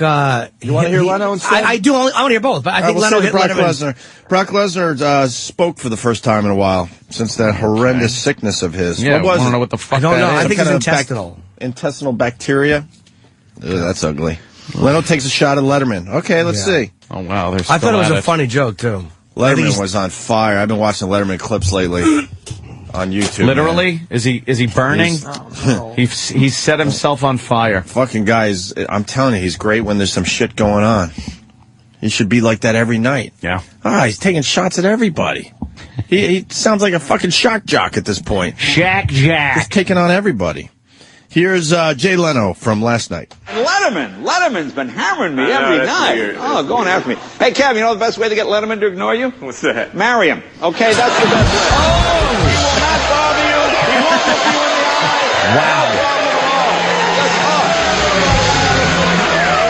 Wow. Looks like Leno has finally had it. Huh? The gloves are off. God bless him. Yeah, the gloves are off. God, that's a great joke. That is a funny And I twittered that goddamn joke last night because somebody sent it to me, and people were like, "Oh, you're sucking Leno's dick." It's like, that's a great joke.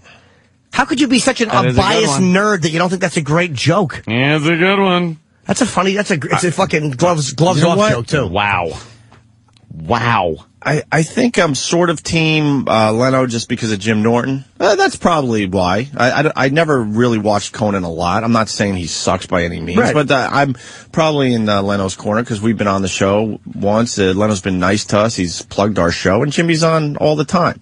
But with that said, I'm loving all of this. Yeah, I don't give a everybody. shit where the shots are coming from. I think you're I don't gonna care see- when Conan fights back and punches hard. I'm loving all I of agree. it. I do too. I think you're going to see This is ratings just great go up TV. on everybody's show. No, of You're going course. to see ratings go I up. think more people are watching late night. Well, they're definitely watching the clips on YouTube and all the other sites because they're getting hit a lot. Louis C.K. wrote a pretty interesting thing because Louis C.K. Started with Conan. And I think Conan gave him his first job, and Louis wrote an interesting little blurb about the whole, as a guy who knows. What was his take on it? I think he said that he feels bad for Conan and he likes Conan, but I think he's saying that what Leno did was pretty incredible. I don't think he thinks that Conan's getting fucked. Yeah.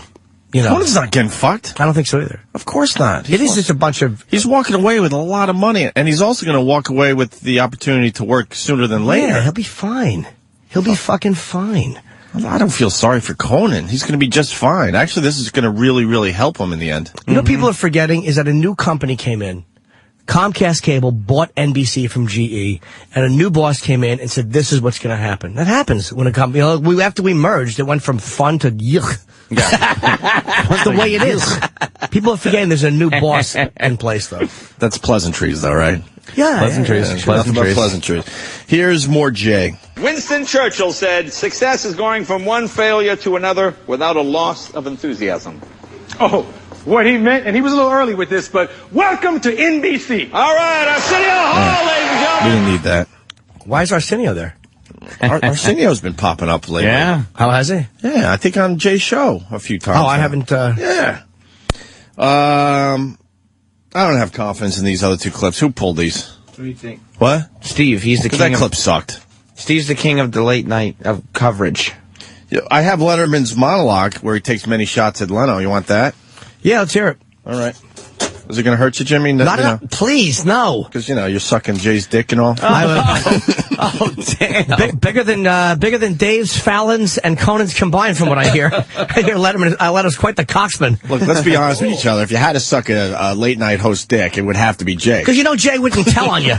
He'd keep it under his hat. Right. He's quiet.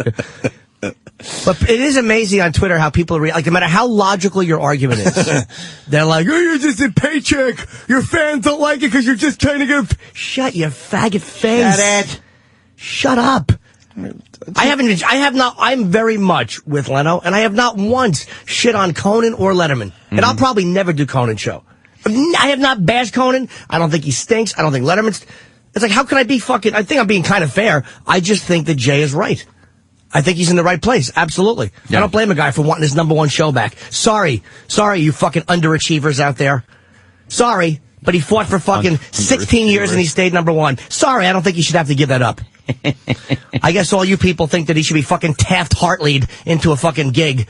Maybe Conan should get it, but I think that when you're #1, you should stay there until you're fucking done. Sorry, folks. It's ridiculous to think that it's his fault. It's a lot of entitled fucking people out there, and I'm not talking about people that love Conan or hate Leno. Those are both fair opinions. Well, you got to respect they're protecting their guy, too. Protecting their guy is one thing. I definitely respect the Conan fans for, rallying for Conan and all that. Absolutely. I absolutely do. But the sense of entitlement, I don't respect. But logically, you could see that, this makes sense. Anyone who thinks... As far as NBC goes. Any of these fans who think the #1 guy should be taken out, so the guy they like should be put in, is one of these entitled motherfuckers who doesn't want to have to fight for and earn their position. Go to Fail Block immediately. They have the Weatherman clip before they yank it. Sam's got it. Oh, you got it? Let's go back to that, and then we'll do the Letterman thing, and then we'll get Rich Voss in here. Here's... It's down now. Our wind chill factor about 23, humidity 85%, a north wind at 13 miles an hour. Picking up some snow, are we? Yes, we are. In Princeton, we picked up 9 inches of snow. Bill Ricka had 7. The biggest amount that I could find, almost as big as me, about 9 inches. Bill Ricka 7. Wow. We had You know what? You know what? About 2.5. Brookline picked up about 2. You know what? When you see the video, it worked perfectly. Yeah. It really did, Jim. You got to admit. He stepped into the camera and he stepped up dramatically, paused, and then delivered. It works with the visual element. Fuck, that's balls. Yeah, that is good. Boy, is he fired. He's so fired. Not even just fired, so he fired. Is so fired.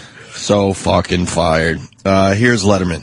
In Southern California, it's pouring rain. It's one of those times of year in Southern California when it's raining like crazy out there in Los Angeles, and there's flooding all over L.A., flooding everywhere. So I'm thinking to myself, whoa, it's a good thing Conan O'Brien is getting sandbagged, because flooding...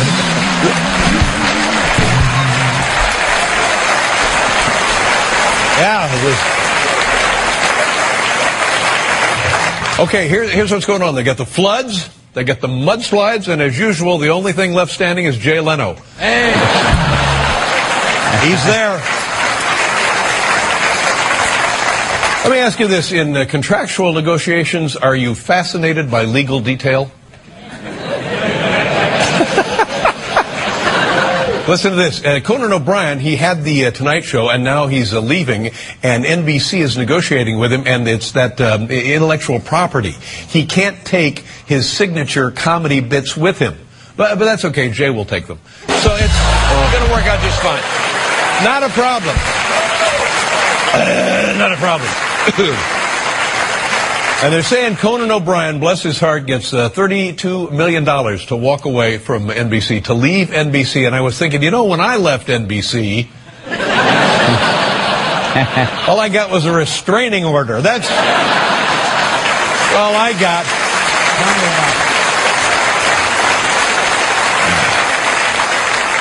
But things are starting to settle down now, and Jay, I guess, will be going back to the Tonight Show at 11:35, and he's been off the Tonight Show for 7, 8, 9 months or something like that, so he's got to get back in shape. So he's spending an hour a day working out on the Chin Master. So that'll be good. Just pause for 1 second. It's done.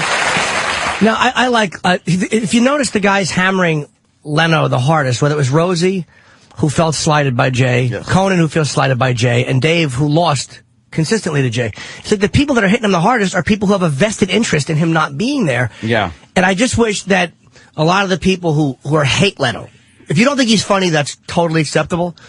But it's almost like, of course Letterman doesn't want him back, because he was fucking winning. You know, and that's not a knock on Letterman. That's common. I wouldn't want a guy back who was winning either. Yeah, true. It's nobody is saying that stuff.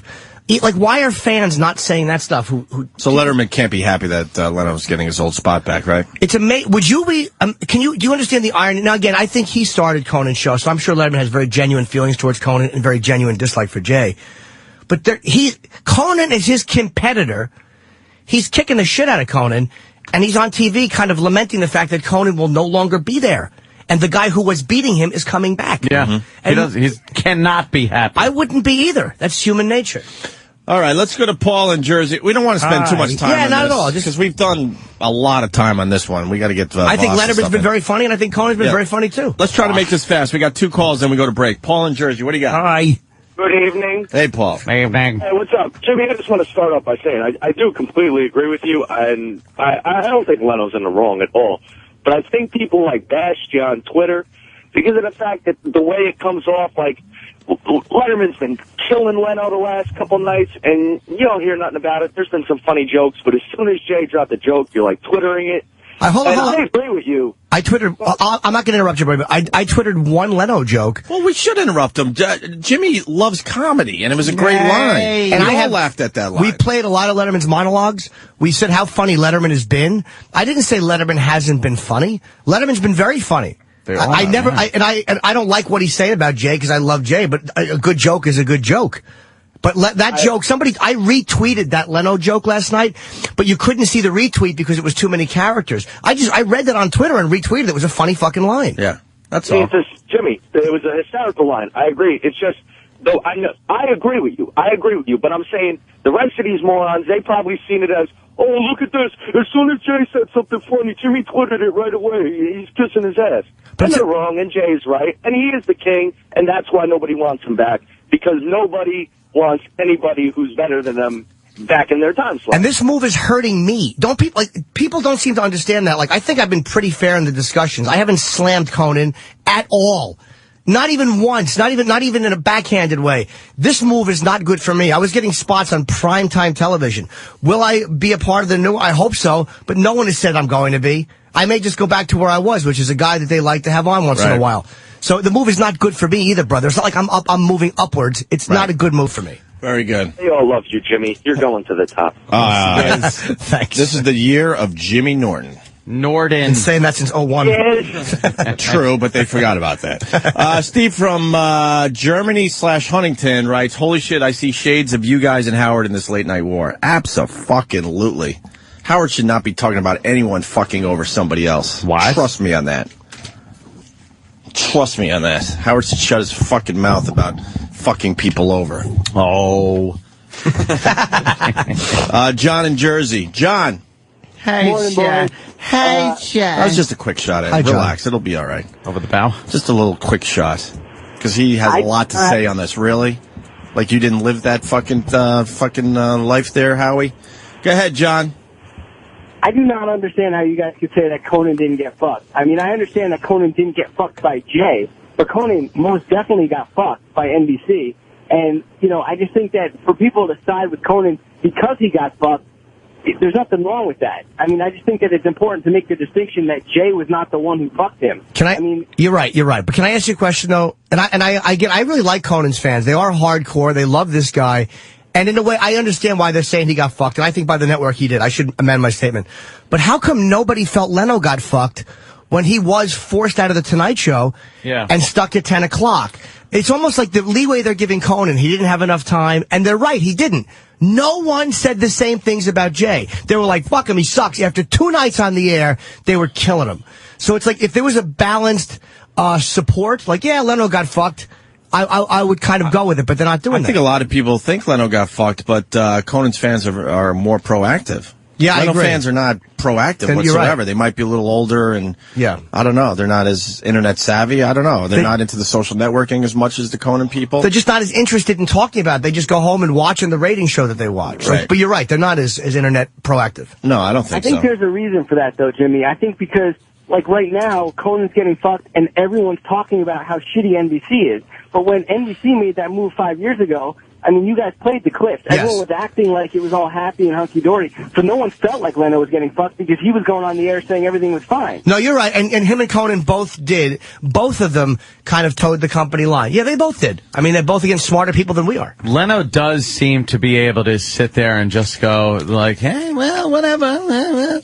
You know, he without really bashing the company in a way where they'll tell him to go fuck himself. Like, the guy knows how to keep his job. Gee, what an asshole. Yeah. And how to me, the amazing part is we've worked under, it's really hard, especially as a comic, to keep your mouth shut. It's really hard to do that when you're annoyed at your bosses. And I have had to bite my tongue here so many times, and I've let it like seep out the resentment. And watching him on that last episode, he had Conan on. Like, you'd never know there was any resentment. He's just a smart dude. And again, Conan too. You'd never know there was anything weird going on with him either. Yeah. I don't know how you live in that. Dude, I don't know how you live like that. I wish I could live like that a little bit. I wish. I just can't. I hold a fucking grudge. It's horrendous. Think what would have happened. Think about what would have happened 5 years ago if Leno was saying, yeah, they want to do this and move Conan here in 5 years. But fuck that, I don't want to do that. And he was on the air, you know, bashing NBC, saying the same shit. There's no way they would have made that move back then because they knew that at the time Leno was number one, and that's when really, you know, he had all the power because they didn't think 5 years from now he would still be number one. But, you know, they didn't do that. I think it would have been a different story if he did. All right. Yeah, I'm sure it just made it made no business sense to do it because the way it's worked out for him, he got what he wanted, I think. All right. And we're going to leave it right there today because we spent a lot of time on that subject yesterday or the day before. And it'll keep popping up. Of course. But a couple headlines. I think NBC, Conan O'Brien has reached a $45 million exit deal. That poor bastard. Wow, that's amazing. That is breaking news. NBC, Conan O'Brien reaches $45 million exit deal. Wow.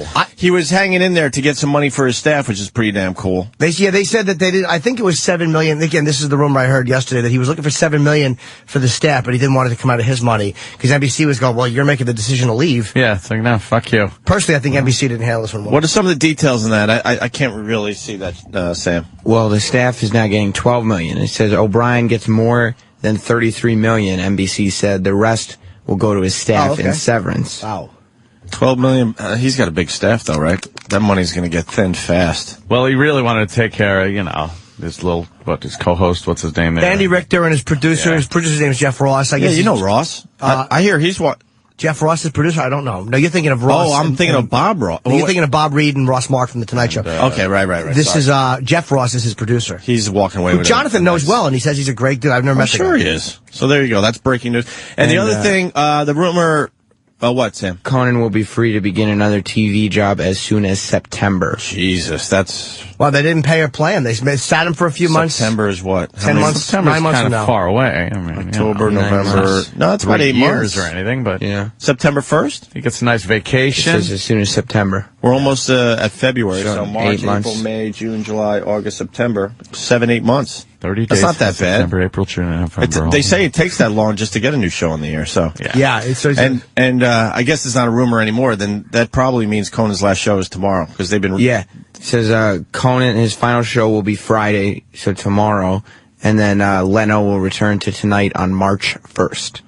March 1st. Well, they got the Olympics, that's why. Yeah. And supposedly Conan's having Tom Hanks on tomorrow. Look, we're promoting Conan's last show. And supposedly Will Ferrell is stopping by. Wow. It's going to be a biggie. Well, he could have literally Sam Roberts and Jim Norton, and people would tune in. Of course. Well, it's not Good Sam idea. Roberts. You like how he threw Good me in to be idea. polite? I really wanted to say Sam Roberts and Danny Ross, but I threw me in just to kind of show some fake humility. Do we have Louis C.K.'s thing? Because Louis C.K. knows Conan. It's not that long, I don't think. Oh, what did he say? I guess Louis was being interviewed. During his panel, however, one of the last questions was about the whole Conan-Leno debate. You'd think Louis would have sided with Conan, who gave him his first shot as a comedy writer. He did, but he had an interesting take on the matter. Why would Conan want the old moldy Tonight Show instead of a show with his name on it? After saying that Conan will be fine, CK said that when he was watching late night TV, he felt the Tonight Show was more of a show for parents, blah, blah, blah, blah, blah. I don't know why you'd give up your own show to host the Tonight Show, which is just this old shitty thing, CK mused. He thinks Conan will be able to be Conan on whatever new show he's on, not having to conform with whatever being the host of The Tonight Show is. It's a little presumptuous of me to tell Conan that his dreams are misguided, but they are. He said he talked about, even though Jeff Zucker, whatever, it's just, so he didn't, bash Leno at all, but he said he thinks that Conan wanting to be the Tonight Show host is a little misguided. He should pretty much just stay with what he does. What he does, what he did best, is the after the Tonight Show guy. Yeah, or just go to another network and do your thing and be quirky on a network with that, you know. And you know what? Tony brings it. We'll end with Tony before the break, and we'll get Rich Voss in here. We'll go right to break after this. Tony, go ahead. Hey, how do I get a job where I fail miserably and then I get paid millions of dollars? Look at all these athletes who, you should get all this money and stuff like that. For what? You know what? If I don't perform in my job, I'm out on my ass. And it's showbiz is amazing, isn't it? And it's your job as the average Joe to feel sorry for the guy that he's walking away with that much money. This is an insane world. Thank you, Tony. Rich Voss next. Stay there.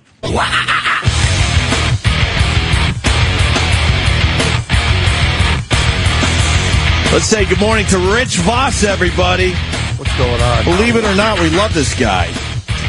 That's your intro today. Hey, Rich, where are you playing? Oh, wait, I might have it right here. I'm going to give you a nice plug, Rich. That's what I do. Comedy Zone, Harrisburg, Pennsylvania. Tomorrow? Today? Tomorrow and Saturday. Tomorrow and Saturday, the Comedy Zone in Harrisburg, Pennsylvania. And then Uncle Vinny's, but that's next weekend, Point Pleasant, New Jersey. Let's pack this Comedy Zone out for Rich Voss, Harrisburg, Pennsylvania. The first shows are already almost sold out. And Voss, you were really funny during the break. I mean, you got to save this material for the air. Well, I I've noticed that I've been going over like my last 10 times here, and if you had like Hall of Fame days, I think I would have made it. I had a lot of fun. I think it's a new studio. It's more intimate. It feels like more of a family here, not like a static. You're so mistaken. We fucking hate this place. Hey, Dad, can I have that money you owe me? Fuck you, son. You're right. This does feel like a family. Wow. Just like a family. You know, I went for a... Really? Our old home was a lot bigger and had a lot more bathrooms. No, this is like a family, you're right. But, Dad, you promised. Fuck you, I didn't promise. No, really, I want to leave the place I currently live in and go back to living like I did when I was in college. You're right, Rich. You're right. I don't know. Because that's kind of what happened to us. Something about how you I can't tell you how many people that are friends of the show and guests that saw the old place and the new place are like, what happened? I'm like, well, they told us it was going to be great. Yeah, but what can I tell you? What happened? True. You guys had that great facility. It was huge. You had the crowd, the bleachers. What happened? You could put a fan out in front of that window. No, we're really not allowed to. You can't have people? No, here? not really. And we can't have the show on outside the studio. It's a whole... Because, radio really needs to be corporate. Because, that's how you get good radio done. Kevin from Connecticut says Voss sounds like old Spock in the new Star Trek. What's up? Is he loose today? No, I had him re-cemented yesterday. Re-cemented? Wait till you hear this one. Wait till you fucking hear this. I fucking love that. Who knew cum worked as cement? Oh, Jesus. Last week I went for my last 3 implants where they drill through my gum into the bone and screw in the implant. What implants? 2 teeth and a brain. That's right. Well, stop. He's on fire. I had high hopes for that one. So they screwed the 3 implants in. But they drilled the hole through my gum before they screwed the implants in. All right, hold on. I want to slow you down. Because I'm a wimp at the dentist for real. Like, when they're cleaning my teeth, I almost have to get fucking Novocaine. It's ridiculous. How much pain is that? And what do they do? Do they knock you right out? No, because you're not really allowed to have anything, right? No, Novocaine. They numb you, They numb but they shoot it into the roof of your mouth first. Yeah. Are you serious? Your head. And you can feel like they're shooting right here into the roof. Right? You know what it's like getting shot in the mouth. Fuck yeah. Right? Fuck yeah. But the needle doesn't come through a hole in a wall, so they shoot it. That was good. Over-explain it. I know. Rich. I know. See how much that hurts? What are you doing? Listen, you didn't need to punch that up. You were right there. I know. I got greedy. Perfect. You did get greedy, but go ahead. Into the roof. And then they shoot into the gums and here, and you could feel it going in. So, look at this. Why did Voss need anything? He's already a numbskull.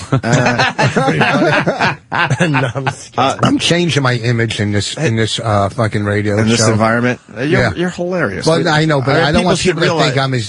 People should realize that you're hilarious. But one thing I want to say, you ever have so much Novocaine you feel like it's going to stop your breathing and you're swallowing and you're going to choke to death? The other day... It's a creepy feeling. The other day he said, you might have to breathe through your nose. And I go, well, I can't. Because my sinus... Well, you don't breathe through your nose? No way.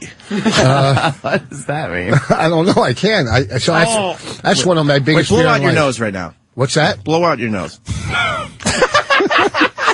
He's not kidding. He can't open his mouth. You can't. Like a bull. Well, that's my biggest fear, that somebody breaks in my house and duct tapes my mouth. Or walks up on stage and does the same thing. Come on. That wasn't bad. A little that more. was good. Okay. Oh, God, they're showing fucking Okay, you see video. those implants?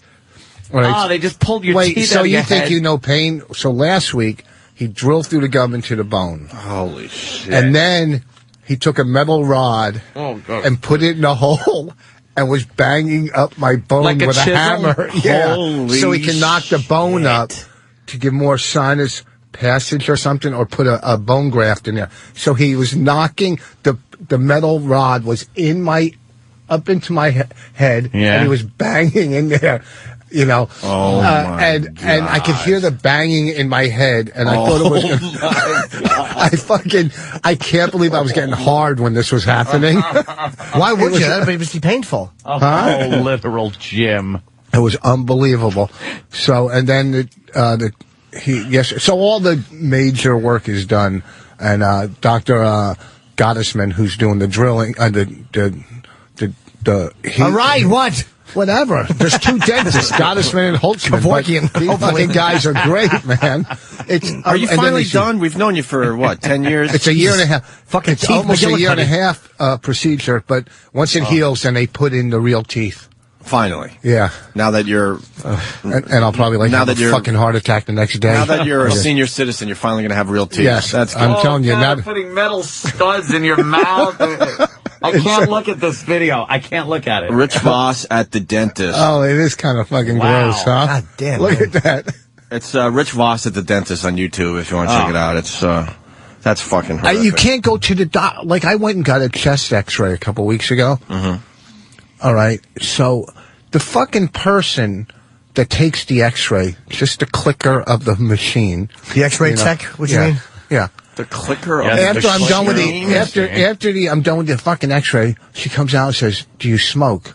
No. Well, why the fuck don't ask me questions, because that's what my doctor's supposed to do. You're just the x-ray machine clicker. Now for 2 weeks, I was having such anxiety attacks. I'm going, well, why would she ask that unless she saw something? Of course. You know, I'm with you, by the way. You know, don't fucking... I'm fucking with you. Shut your mouth. Your fucking job is to take the picture and let my doctor do the talking. Shut your fucking mouth. But I couldn't... I was planning my will. Who am I going to give my golf clubs to? Everything. The tapes I'm going to make for my funeral. I was going to make a tape of stand up. Oh, you're going to do that? Yeah, but I was going to have everyone else would want to kill themselves. I mean, it came back negative, you know. But don't say anything if you're not the doctor. And you agree? Rich, I just said hi. Will you shut up? I concur. Well, I got a lot on my fucking mind. I haven't been here in a while. It's been a couple fucking Your weeks. Brett Favre stuff was pretty funny. Oh, yeah. We were talking about football because Rich asked me, he goes, "You think the Jets have a shot?" And it's a really good question, because I told Rich that the Jets that started the season is a much different team than where they're at now. This Rex Ryan's got them motivated and believing that they could do this. And Sanchez kind of coming into his own. I'm going to say kind of. Still a rookie quarterback, still a little green. But the Jets have that great defense. But Peyton Manning is an animal. So I don't know what to tell you on that. I really do believe they have a shot. I mean, if they beat the Chargers at home like they did, they got a shot with the Colts. What do you call it? See, I don't watch it. If you don't gamble, you don't like football? No, I don't. If you don't gamble, why watch it? What's the sense? You know, every now and then Football I'll check in. Fun? I love... For fun? Well, I don't play cards for fun, but I'll watch football. Okay, it's the same thing. Will you have a naked girl in your bed for fun and not touch her? What's the sense? That's a dumb analogy. Sucks. Football is a pretty cool sport to watch, especially on TV. I'd rather It's the watch best golf. sport to watch on TV. Hockey's the best sport to watch live. My opinion. My dumb opinion. Baseball is whatever. It's just a bunch of fans. Well, that's what sports are. How would you know what that looks like? Yeah, yuck to the fans, right, Rich? Who needs them, right, Rich? Filling seats and hitting bonuses. Who needs that? They're just fans. Just fans. You can't enjoy a sporting event because I watch golf because I never gamble. you're an ex-gambler. Yeah, I mean... What about golf, though? You I could watch golf. You could get some action on the golf Yeah, games. I never really bet on golf. I mean, I watch it because I understand it and I like... I mean, I understand football, obviously, since I played in school. When you play golf, you don't bet, Wait, you played in football in school? They had some kind of midget league? I just wanted to say in that. your high school? Everybody grabbed it. I didn't even go to school. I raised my hand in English class, can I go to the bathroom? And I never came back, which is quite obviously. Yeah. Obviously. I walked out and I never came back. I just kept going. I sold drugs by the heater. That was my job, was to sell pot by the heater. There it is. What? Oh. That's the old Rich Voss. No, but in high school, my hair was a big afro. Yeah. That was toned down. What do you have on Brett Favre, though, for real? With his father? Because what gets me is, like, when people, like, when his dad passed away, and the day of the funeral, he goes, "I'm going to play today." You know, that's what my dad would have wanted. you know, and he had the game of his life. He threw for like 600 yards, and, you know, who's going to tackle him? Like, get him? No, his dad just died.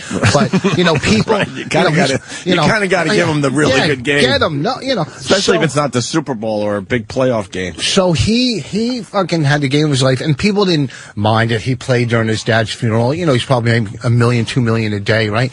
But the kid from Baskin-Robbins can never say that. You know, I'm going to work today. That's what Dad loved, how I made banana splits, you know. He was so proud of how I put the whipped cream on, you know what I mean? So it depends on the job you have? Well, it depends. Well, if somebody dies, do whatever you like. That's what I'm saying to the people. And when someone complains, go, that's what they would have wanted. That's your excuse. Like when Bonnie dies, she's going to want me to fuck everything that walks around. You know what I mean? Well, no, we don't explain it. No. Well, I love when a joke bombs and someone goes, you know what I mean? Like, all kidding aside, guys. Yeah. Well, this all started because somebody that was on Survivor died. What was her name? Former Survivor contestant Jennifer Lyon dies at age 37. And I asked, how did she die? Sam goes, breast cancer. Oh. So I told Rich, you know, breast cancer gives you the opportunity to date young girls. Because you got to get over, you know, the sadness one way or the other. But that's something that I know. God. Jesus. And you know they're not going to get it. Isn't that something that if you check that they can take care of it? Can't they? Yeah, breast cancer's, I mean... If they detect it early? As long as the women out there get their boobies squeezed, they're, you know, they should be okay. Men get it, early detection. Huh? No, you get it. Who got it? Peter Chris? I don't get it. Bubba Smith, I think, got it. Peter Chris. I understand what you said. The guy on Oz got it? Which guy? Well, during the show. Oh. O'Reilly. Yeah, remember when you got breast cancer? Did he? Yeah, on Oz. I don't remember. He goes, you can't let the other inmates know because it'll show a sign of weakness. All right. Breast cancer, by the way, is not a joke. I'm checking for lumps. I check for lumps. Stop. Don't touch yourself. Why? Because it's getting me very excited. Both of my nips are kind of popped up like, hey, who's there? Are you? Yeah. Hoodly hoo. Hoodly hoo. Anyway. Whoa, my story stunk today. No, it didn't. No, that was pretty good. The rod in the tooth. It's true. Well, it's very painful, and I can't watch that video. It's terrible. Watching your bloody fucking mouth with metal studs in it. Tooth pain is a motherfucker, man. Yeah, really. It's right by the brain. It's like, hello. It's like you just keep elbowing your brain. Hello. It's right by the brain. It really is. The pain signal That must be why it hurts gets there so much. lickety split. Any head pain's a bitch. Oh, yeah. I had. You ever have I had root canal once, and it got infected after it, and the pain was so bad. I was up crying at night and stuff, and then I went to the dentist, and he took a pliers. And he squeezed the pus. He took pliers and squeezed the pus out of my face, and you could feel the fucking pain. It was almost like anything painful. Good one. Can I say there's nothing better than watching a dumbbell grasp for words? Do that on stage, man. You'll have plenty of fans. And you could feel the fucking pain. Pain was like anything painful. Jesus, Rich. Let's get into this Brock Lesnar thing. Brock Lesnar is going to be fighting again, which is very exciting news for the UFC, right? That's great. And I think we got Brock Lesnar actually talking about this weird illness he had finally. Right, Sam? That doesn't need a setup. No, he was on ESPN, and him and Dana White were on making their, return announcement. Cool. I was devastated just to back out on the fight, and then I decided to take a trip and get away up to Canada and do some hunting. So I got up there and still didn't feel right. And one night I woke up and I was in severe shock. I had 104 temperature and felt like I was shot in the guts. And so I went to the hospital in Canada, realized quickly that I had to get out of Canadian healthcare and get down to Bismarck into the United States, where at Med Center 1, and I take my hat off to this doctor there. They diagnosed me with diverticulitis, and at the time diverticulosis was at the severe case, and I had a rupture of one of my diverticuli, which means I had a hole in my stomach. Yeah, he was a hurting guy, man. Hole in his stomach. Yeah. How else are you going to take a fucking monster like that down? It's got to be something internal. Did he get operated on? How do you close the hole in your stomach? He explains that in the next clip. Oh, okay. They told him he was going to have surgery, but if he had surgery, he would have probably never been able to fight again because they would have to take his colon out. Wow. A piece of it. This guy, Holy shit. By the way, this guy's a real American. He said, fuck Canada. Anyone else pick up on that?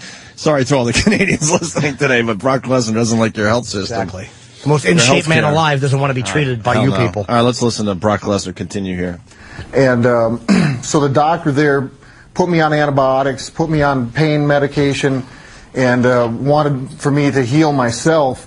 Versus the other side of it was to go in, remove part of my colon, and wear a colostomy bag, and pretty much end my career. That'll win you. I had to take my hat off to the doctors there at Med Center 1 for saving my life and my career. He waited until the 8-hour mark, was prepared for surgery, and I started healing myself. I was in the hospital for 11 days, no food, no water, fed intravenously, lost 40 pounds.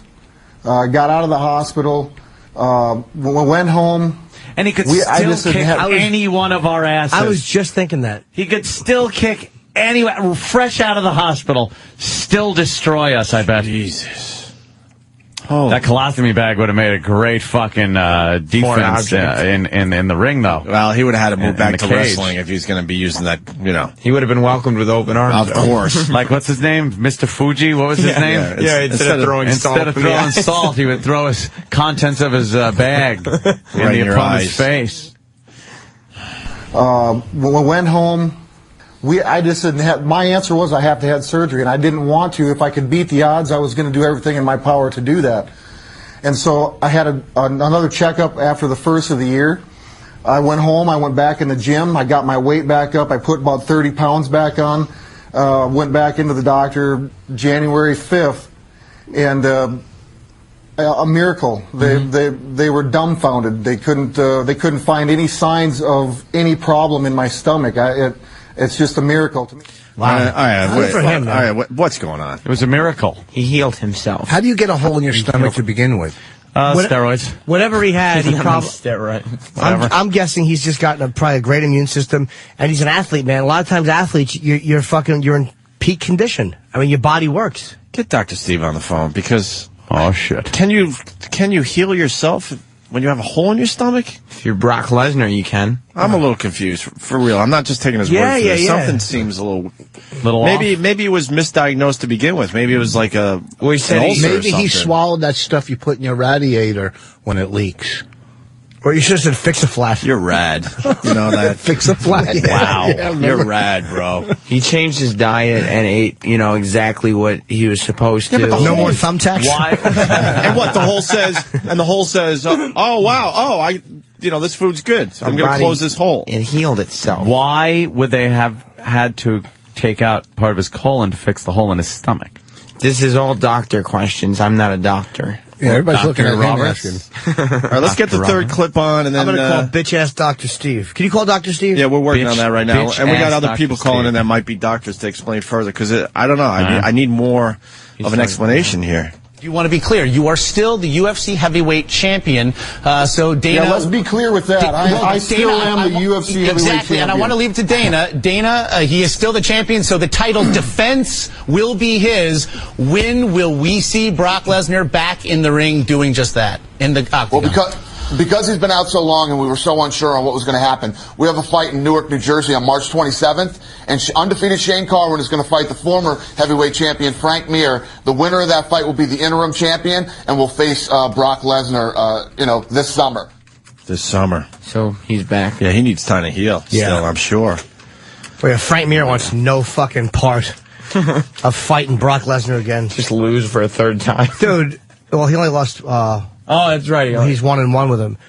I wonder, as much as I love Fedor, and I think that he's an amazing... Fedor, we forgot about him already. I wonder if Right? if his people were scared of Brock. Yeah. I really do. I mean, again, there's a whole money-making thing, too. Like, they make a shitload, probably more money there than they would with UFC because they get a bigger about cut. Fedor? Well, he hasn't fought. He fought once. He No, put I this guy, understand that, Brett but- Rogers. It was a great fight. Yeah, but then he just went away. He's fighting soon, I think.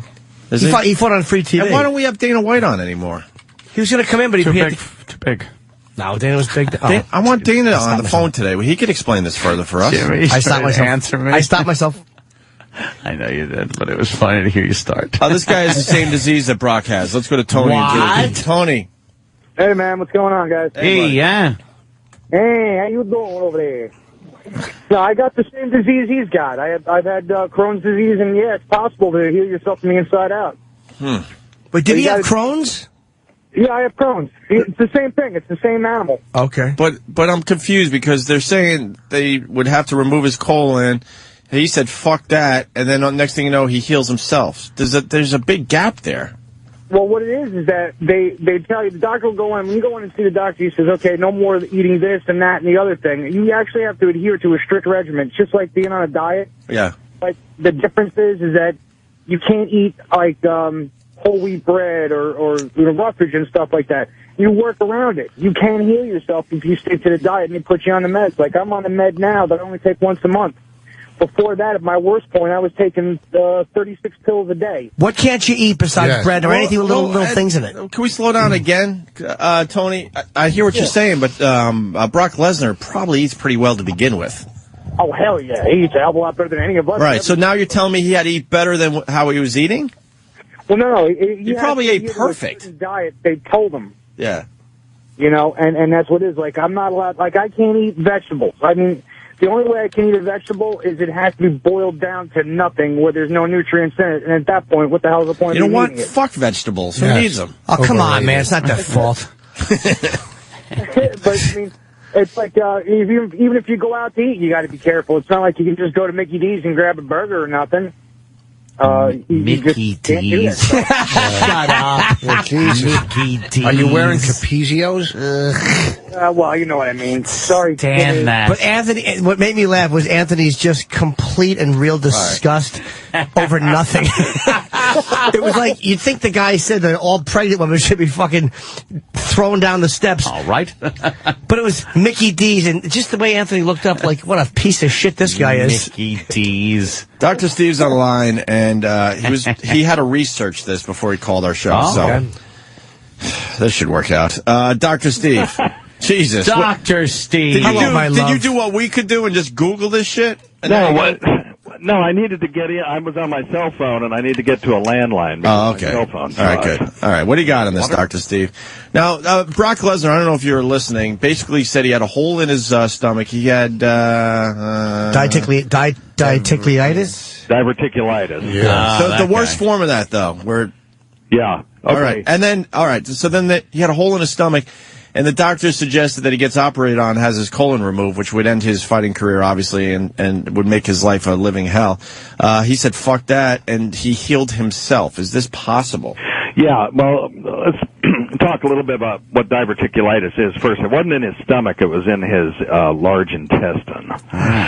And it goes from drinking Dr. Steve's wine. Well,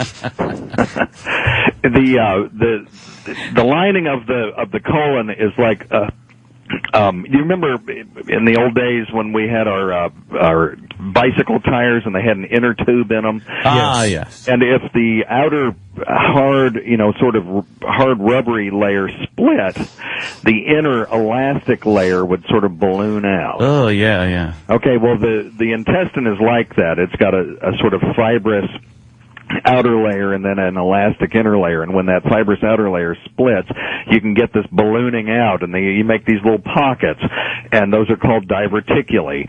And all those diverticuli, it comes from our terrible American diet where we don't eat enough fiber and stuff, and so these huge pressures in the colon force these balloons out, and so you can get an intestine that's sort of pocketed with all these little balloons. Well, if you get something caught in one of those that won't flush itself out, it can just sit there and fester, and it gets infected.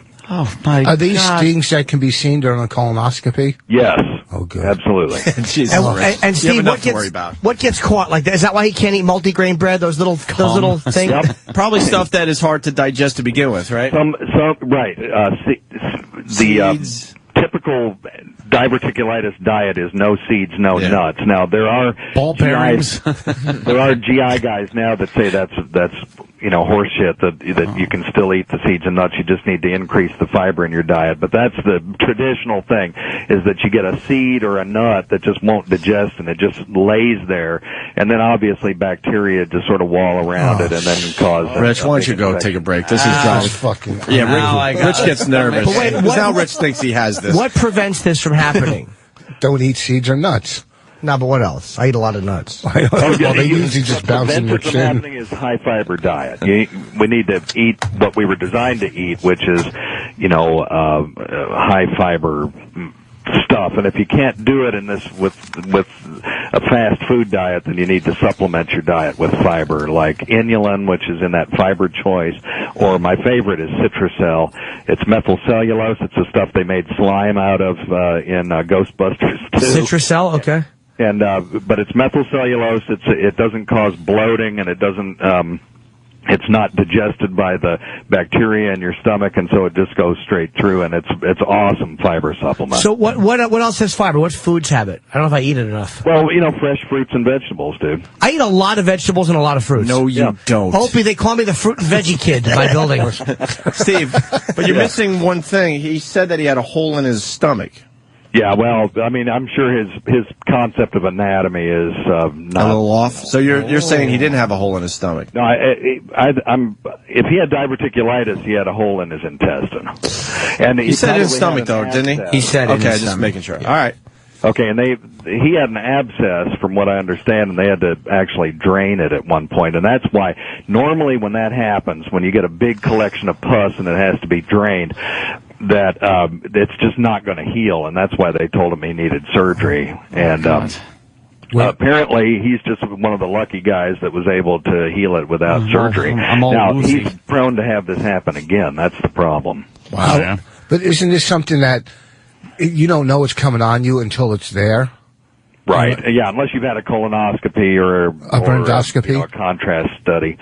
The other thing that diverticulae will do is, since they're real thin-walled, they'll bleed, and so some people will have bright red blood coming out. Oh, God. What's something you can do? I'm all nauseous. We're all like paranoid here. I'm getting all woozy. Oh, my God. What is something you can do? Is there a company or something where you can go in and from head to toe get scanned and get like all the blood work and just get pretty much tested? Dr. McCoy, he'll fucking run a salt shaker over you. Insurance wouldn't cover it, but I mean, right. what? Actually, there are these things. They're called quote unquote executive physicals. Okay. And executive, Jerry. And you can go and pay money and have all this done. Now, let me warn you that there are certain screening tests that don't make sense to do on everybody, and your chance of having a false positive is higher the more tests that you do. Yeah. So that's why we don't recommend that for everybody. You know, if you're 50, you need a colonoscopy. If you had somebody in your family that had colon cancer, you need to get your colonoscopy done 10 years before they had theirs. So like if somebody in your family, a first-degree relative, had colon cancer at 45, you need to get your colonoscopy at 35. Other than that, you probably don't need one. What if they're just married into the family? How about are those colon cleaners that they advertise? Are those tongues? You know that cocks with a fucking with a rag taped to them. You know what I mean? That supposedly clean out the walls of your colon, all that. Yeah. Are those bull? Kinda. I mean, they do work as a laxative, and so they'll clean out your colon. The issue is there 10 pounds of fecal matter impacted on the walls of the colon? And anybody that's ever done a colonoscopy knows that that's not true, because you just take the prep, you go in and you shove this tube up there and you look around and there's nothing there. It's just beautiful pink, intestinal asshole.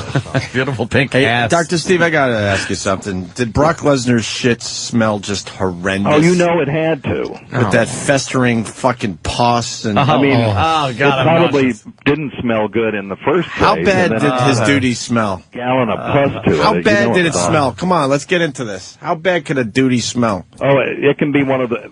We've all had that horrendous fucking shit. I always have them. You're so embarrassed and you're by yourself, but how bad could it really get? Yeah, but, well, infection can, infected pus is one of the worst smells that there is. I got to get E-Rock to... How do we get E-Rock to smell it? Well, you smelled Voss's ear back when he had the cyst, right? Yeah, that's pretty bad. We all took a sniff of that over the years. That is kind of what... multiply that times 100, and that's what how do we get this done? abscess smell is like. Well, I had the cyst in one ear. Right. No, the other ear. Voss has always had... Oh, sorry. Jimmy just was trying to make a point and poked I accidentally Voss in the poked balls. Rich's penis. Voss has always had that. You still have some today? Don't do it now. No, probably not. I don't know. Maybe if I thought you had that removed. I had one side removed. I might have had both. No, I had one side removed, and I haven't gone to get the other sac taken out yet. Okay. Amy's AIDS. I got so much. Amy's AIDS. She's Amy Fisher. It says Amy's a little AIDS. coverage, a little press coverage. Yeah, there. she should. She's doing a good thing. What a really gal. She's taking her clothes off. I had stomach problems, and they had me on methoscopoline or something. Do you know what that is? Metoclopramide? No, methoscope. Every word every time he tries to pronounce it, it's going to go up on the wall. Voss, try it again. This is a harder. Methoscopoline. Methoscope. I'm off it, but I guess was that for your bad breath? That was for my rotting stomach. gums? That was for a while there. It felt like I had hunger pains for forever. Gotta explain. And the only thing that worked on my stomach was like to eat something. Steve from Bayshore says Voss was on Stupitol. Stupitol. Methyl-scopolamine. Yes. Methyl-scopolamine. Yeah. Okay. Yeah, that's what they call an anticholinergic drug. It stops spasms of the stomach and bowel. How long does a colonoscopy take? You have to be knocked out for it, right? No, you don't have to be knocked out for it. I did my last one without anesthesia at all. What the fuck is wrong with you? Talking to the doctor and you're chuckling. You're a weirdo. Yeah. Chuckling. Hence weird medicine. You're a weirdo. You probably did it on yourself in the car. The thing is that the anesthesia messes me up for a couple of days, and so I did it without anesthesia. Oh, and your shitty wine does it? I just pulled up my drawers and went back to work. How long did it take to do? 15 minutes. 15 minutes with a tube snaking through your intestines? Oh, yeah. Yeah, and it was bad because, I was awake and the guy got to the last curve of the intestine. Oh. It takes a couple of right turns and he couldn't get it to advance. And so he said, well, this is going to hurt. And he took that tube and just started shoving, foot after foot. Oh, my God. I could feel it coiling around in my colon until it finally gave way and finished the journey. It was really bad. How many feet can your anus take? That tube is about 4 feet. Wow. Congratulations. Were you scared that you were going to have an orgasm? 4 feet. Jesus. In your ass. Thank you, my friend. So I want to get one of those. 4 feet. You never had a colonoscopy? I'm 41. Yeah. Yeah, Rich, you're a lot older than us. You forget sometimes. Yeah. Unless you have a specific colon problem, Jim, you don't need one yet. I just want to do it because, I might as well. I want to get an executive physical. I'll go to my suit. Well, email me later. I'll get you a place that does it. I want to bring my briefcase and be a real gentleman, wear my fedora. Yeah. It's a way to take the same joke and try to do it twice. It never works. Dr. Steve, take us to break. We got Rich Voss in here. He's playing Comedy Zone tomorrow and Saturday at Comedy Zone in Harrisburg, Pennsylvania. Take us to break. Oh, wait, before and I'm not going to hang up on you. No, that's okay. I wanted to ask Rich something real quick. All righty. What's even better is I didn't go what? No, he didn't get me because I didn't go what? You got me, I said, you fuck. It's not always about you. not about you, Richard. Never about Oh, that was a good throw. And there's a guy there. It hurt you? No. There's a guy there asking bottle cap on the feedback about my my DC show, my Virginia show at the State Theater is sold out tomorrow. Wait, where, Jimmy? I'm trying to look. Where? Third one down. Third one down. Second show goes on sale tomorrow. Wait, third one down for real? Says Jimmy sucks Jay Leno's cock. Well, wait, are you sure it was the third one down? No. Did it say that? About no, it doesn't say that. From JL in LA. Third one down, really? All right. Yeah, because people are asking about my State Theater show. It's sold out very quickly. It's a late show that night. I don't remember the date. When is that? God damn it, I'm so stupid. All right, after the break, you'll have it all figured out. Oh, I got it. Here I go. You got it? It's March 6th The 8 p.m. is sold out. The 10:30 goes on sale tomorrow at thestatetheater.com. Theater is R-E, like the British. Just spell it right. Yeah. I'm very popular in Virginia. All right. Remarkably, embarrassingly so. Go be back.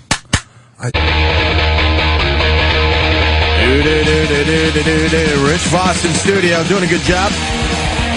Comedy Zone Harrisburg tomorrow and Saturday night. What's up with this Saudi teen with a cell phone in school? She's getting what she deserves. Those Saudis know how to dish out the justice. Meting out punishment. That's right. Girl had a cell phone in school. She got what she deserved. Attaboy. What'd they do, suspend her? They just took her phone away, that's all. Took her phone away. And called her mommy, and that was it. Called the family, and she's suspended. Oh, yeah. Anything else? Oh, yeah, and they gave her 90 lashes and 2 months in prison. How old is she? How old is she? She's 13. 13. And we're fucking animals. And you know what? I try to have an open mind, and we're supposed to get along with the rest of the world, really. Really? We can relate to this. But it's amazing that we Holy shit. infringe our will on some countries, what they can do and what they can't do. And yet the Saudis, they are just fucking savages. She's actually and happy. We suck their dicks. She gets to keep her clit, which is a plus. What gets me is a 13-year-old has a cell phone. How young do they get them? Oh, jeez. That wasn't bad. Why? It wasn't bad compared to what? What are you talking about, Rich? Yeah, how would a 13-year-old has a cell phone? That was a joke, not that she's getting her. What's the joke from what? 1990? What's the joke about that, though? Like every kid has a cell phone. Yeah. Oh, you're right. I'm old-fashioned. My 11-year-old nephew has a cell phone, and he got one. And he got one late. My 6-year-old girlfriend my sister, has one. My sister finally gave in, but they're getting them at 9, 8. I see little fuckers walking around Manhattan with cell phones. All right, it didn't fucking work. Don't dissect every fucking thing that doesn't work. Then we'd be here all day. That's true. Jaster's got a little more info on the story over here, saying, "Wow, this is harsh. I could see the lashings and everything. They forced her to get AT&T. Wow." It's funny, they couldn't identify it as a phone first because she had AT&T, and they're like, "It's make no call." Almost. They thought it was a camera. No, we Arab. I am Saudi Jimmy. Saudi Jimmy. Give me the oil, and I'll give it to you for a barrel of something. And they're going to flog her in front of her classmates. So some of the classmates are going to have boners, and then that's going to cause a new problem. I don't think you're allowed to have a boner in class. Yeah, not unless you're looking at a young boy over there. Bunch of fucking closeted homos. We're going to give the girl a flogging. Work on it. Everybody line up for flogging. It's happening soon. That's Caribbean, Jimmy. No, it's not. No, there's not a difference. Saudi Jimmy. No, there's a difference. You can hear it. Oh, yeah, you can hear it. Saudi Jimmy does this. They're going to flog her. All right. What, Rich? Did you see the Hurt Locker? Haven't seen that yet. Yes, I want to see it. I hear the movie's amazing. It was very good. I hear it's amazing. You can't get any more realistic. Yeah, it was great. But, yeah, you can. You can go over there. I was going to say without going over there. How we just go into other countries, and I'm far from a bleeding heart, but can you imagine if a country just came over here to tell us how to run our shit? They get their asses kicked. I mean, that's the difference. They'd get a kick in the fanny. Look, if we were pulling hijinks and shenanigans, then perhaps. We are corporately throughout the world. All right, Matt. Well, Matt. All right, Rich Voss. We fucking rape fucking third world countries of the resources. All right. Okay. We go in, we take over. We fucking. No, you think I'm like that, but it's fucking bare fact that we go in and fucking rape them, we give them loans they can't pay back, and we fucking take over. We are. Look at our fucking Black Hawk helicopters landing in Haiti and giving more aid than anyone on the planet. Oh, really? Shut up. So was Israel. Do people talk about Israel going into Haiti and fucking with no one? Huh? I'm just saying everybody went to fucking Haiti. Back to you being a Jew. No, everybody went to fucking Haiti. Even fucking even Arabs went there to help them. We fucking are the ones that do all the work. We're in there now as the fucking government. So the savages aren't cutting each other apart with fucking machetes. Listen, just because we do something good doesn't give us the right to do something fucked up too, does it? Sometimes we got to do fucked up shit to keep people from fucking shit up. That's how this world works. Listen, if it's in our best interest, we'll do it. Please, it has nothing to do with policy anymore. It's all fucking corporations. So it's all fucking money. Talk about Israel and what they do for their self-interest. They're not going in. They fucking keep moving their borders a little wider, and taking away Palestinian and how much land did they give back after they were trying? They didn't have any before fucking 47. So what? They've been there for 2,000 fucking years. It just wasn't confirmed as a state. Just like everyone else, walking around with no borders. Okay, so what gives us the right to say that we're fucking Americans? Because we said we were. We were here. They were there. That's how shit works in the globe. Some people and that's how it worked in Israel. And some people and that's how it worked in Israel. They were there. And they said, this is our land. We do shit, too, like that. But we go unless you're ready to fucking, shit on your motherland over there. No, I'm not. Leave America alone. Why don't you go over there? Plant a tree, you Jew. I planted one. Did one. You? 3 in my kids' names. I have 3 trees. The only ones in that fucking desert are my kids' trees. Really? In fucking Israel, yes. A Palestinian cuts it down. Good. And they weren't even Palestinians before the 6-Day War. They were Jordanians, okay? All of a sudden, it's a new thing. Oh, there wasn't anything called Palestine before then? There was nothing called Palestine? No. I think there was a Palestine before there was an Israel. Before there was a Bible. Yeah. First of all, Jews took that land just like we took this fucking land, okay? No, they were kind of given that. Jews were kind of given Israel. No, but they were there forever. They were given after they were chased out of every country in fucking Europe after they made everybody rich. Been troublemakers. Oh, really? They were troublemakers, making everybody fucking rich throughout the world. Oh, let's use them as accountants, lawyers, and doctors. Wait, we're done with them. Get out. And they take their shit. All right? So don't say they were what did you say? I didn't say anything. I don't know. I just forget. I'm just trying to get you angry. I don't believe in anything I say on the show. It's just why even defending Israel? Like, they do the same shit that we do. They have been really dirty with the Palestinians. Yes. But I agree with you. But no one's blowing up our buses either. I agree with what you're saying about America. I think you're right. I think that we're very selective. I've had enough of it. We shouldn't send a fucking military to Haiti. We should donate money and then let them do what the fuck they want to do. Mind our business. The whole everywhere. Well, the whole world is helping in disaster. Yeah, but we have to be, we have to be the big guys that go in there and set up, like I said. No, that's only the propaganda here. How do we know how much fucking England's doing? That's our American propaganda saying we're the big guys over there covering. How do you know fucking England doesn't have rescue troops? Because France said that we're occupying Haiti because we're sending our military. We sent military there. We sent all kinds of supplies and financial aid more so than any other country. Yeah. It's all, they pretty much know. They say, they go, we are donating such and such amount of money. And we have said we donating more money than anybody else. That's what we do. So when we go around like that, we're fucking great guys, and we still get shit on, by the way. And then when we go around the world and try to, sweep up some shit, guys like Rich Voss got to chime in that it's all about corporations, man. No, I'm not saying we're trying to clean up shit. I'm not saying we're trying to go in and liberalize people. Liberalize them. I said liberalize. Hit the fucking wall with that one. You all want it to be like Liberace? You want a nation of Liberaces. Sam, please pencil in liberize. We want people to learn how to play piano throughout the world. Yes. Okay. When we go into liberal. Wow. Liberate. When we go into liberate other countries, it's not the same as going in and shut up. There's no way to make a point after liberize. Liberize. God, I love it. Okay. So I'm not saying. So what is America doing wrong there, Rich? Yeah, what are we doing? What are we doing wrong? That's all corporate. Give Rich the fucking. Give him the stage. What is America doing wrong? What I think. And just part of what I think. I have a problem with that right there.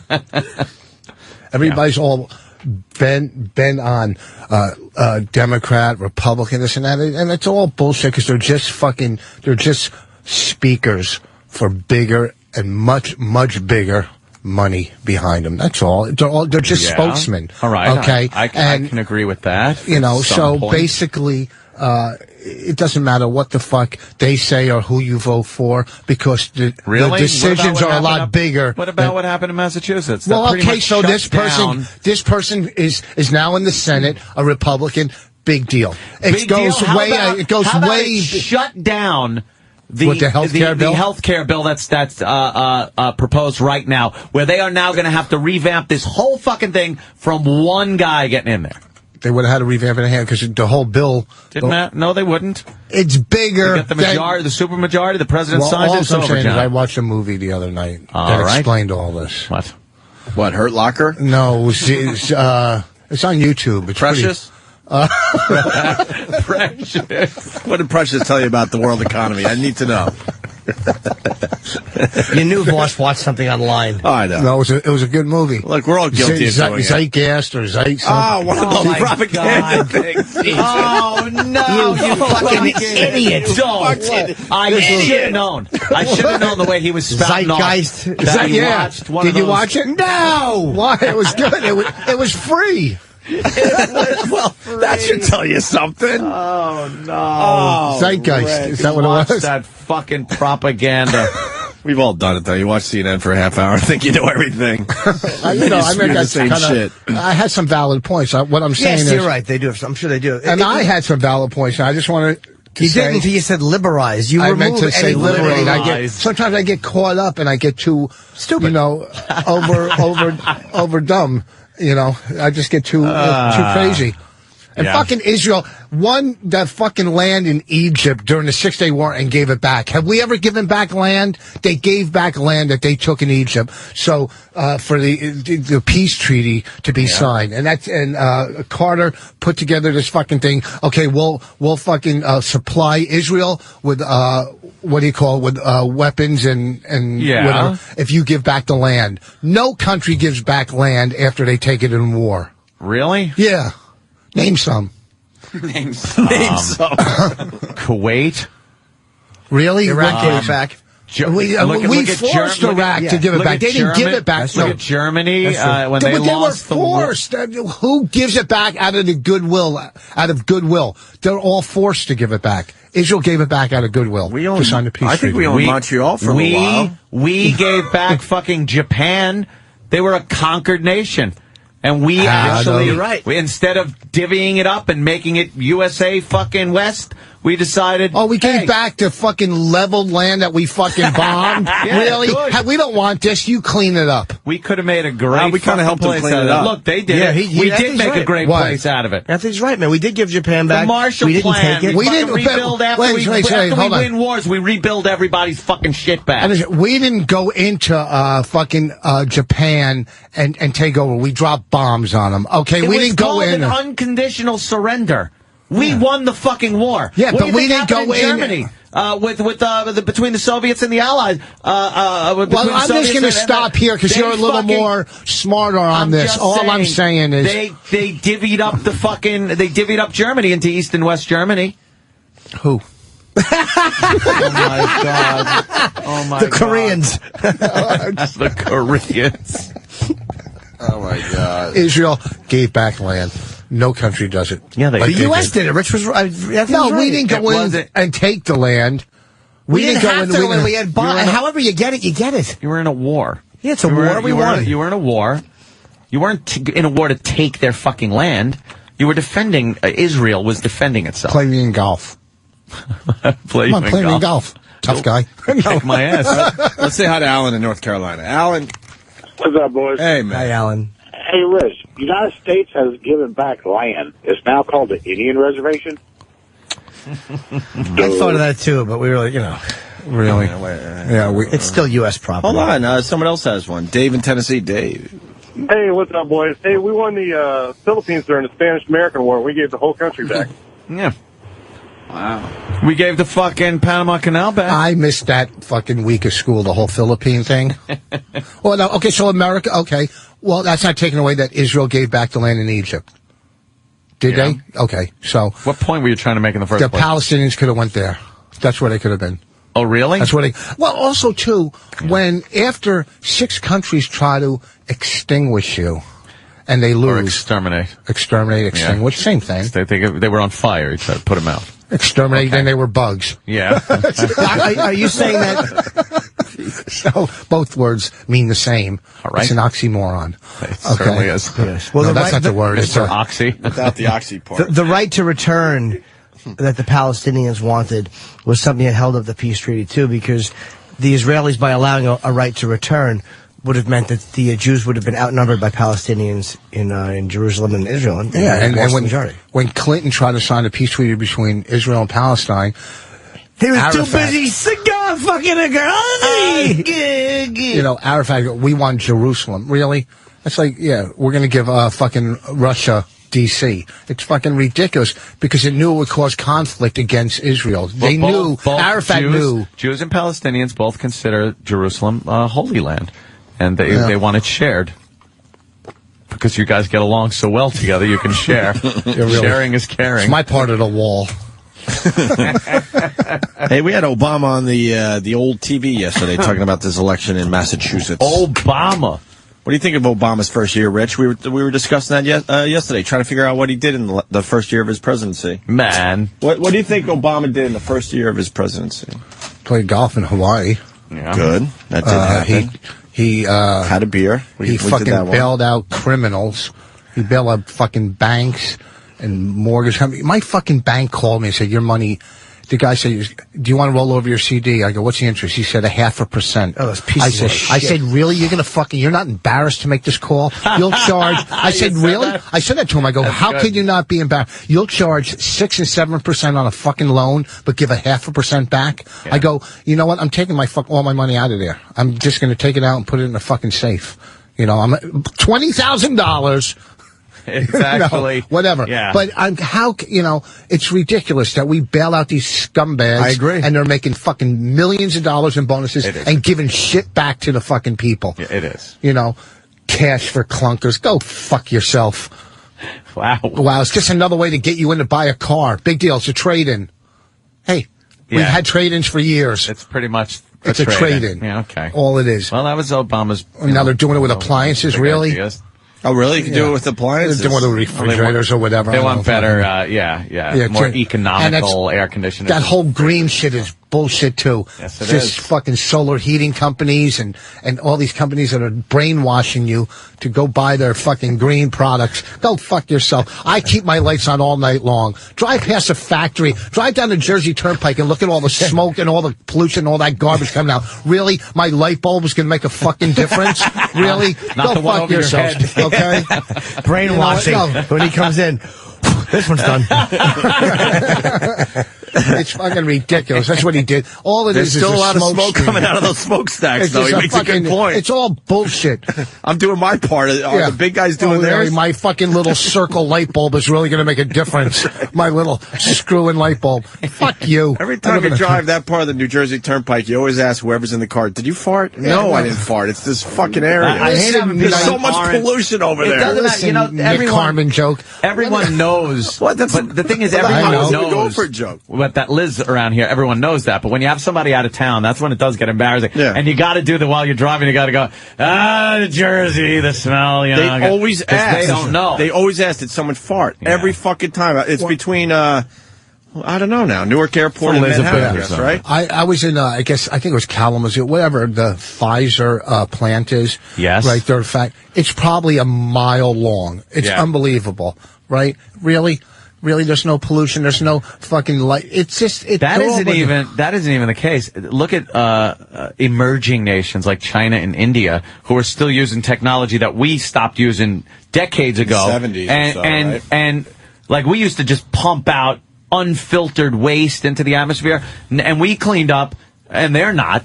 So now what? Like you said, we got to put in the little curly, cute fluorescent light bulbs. Well, you know what?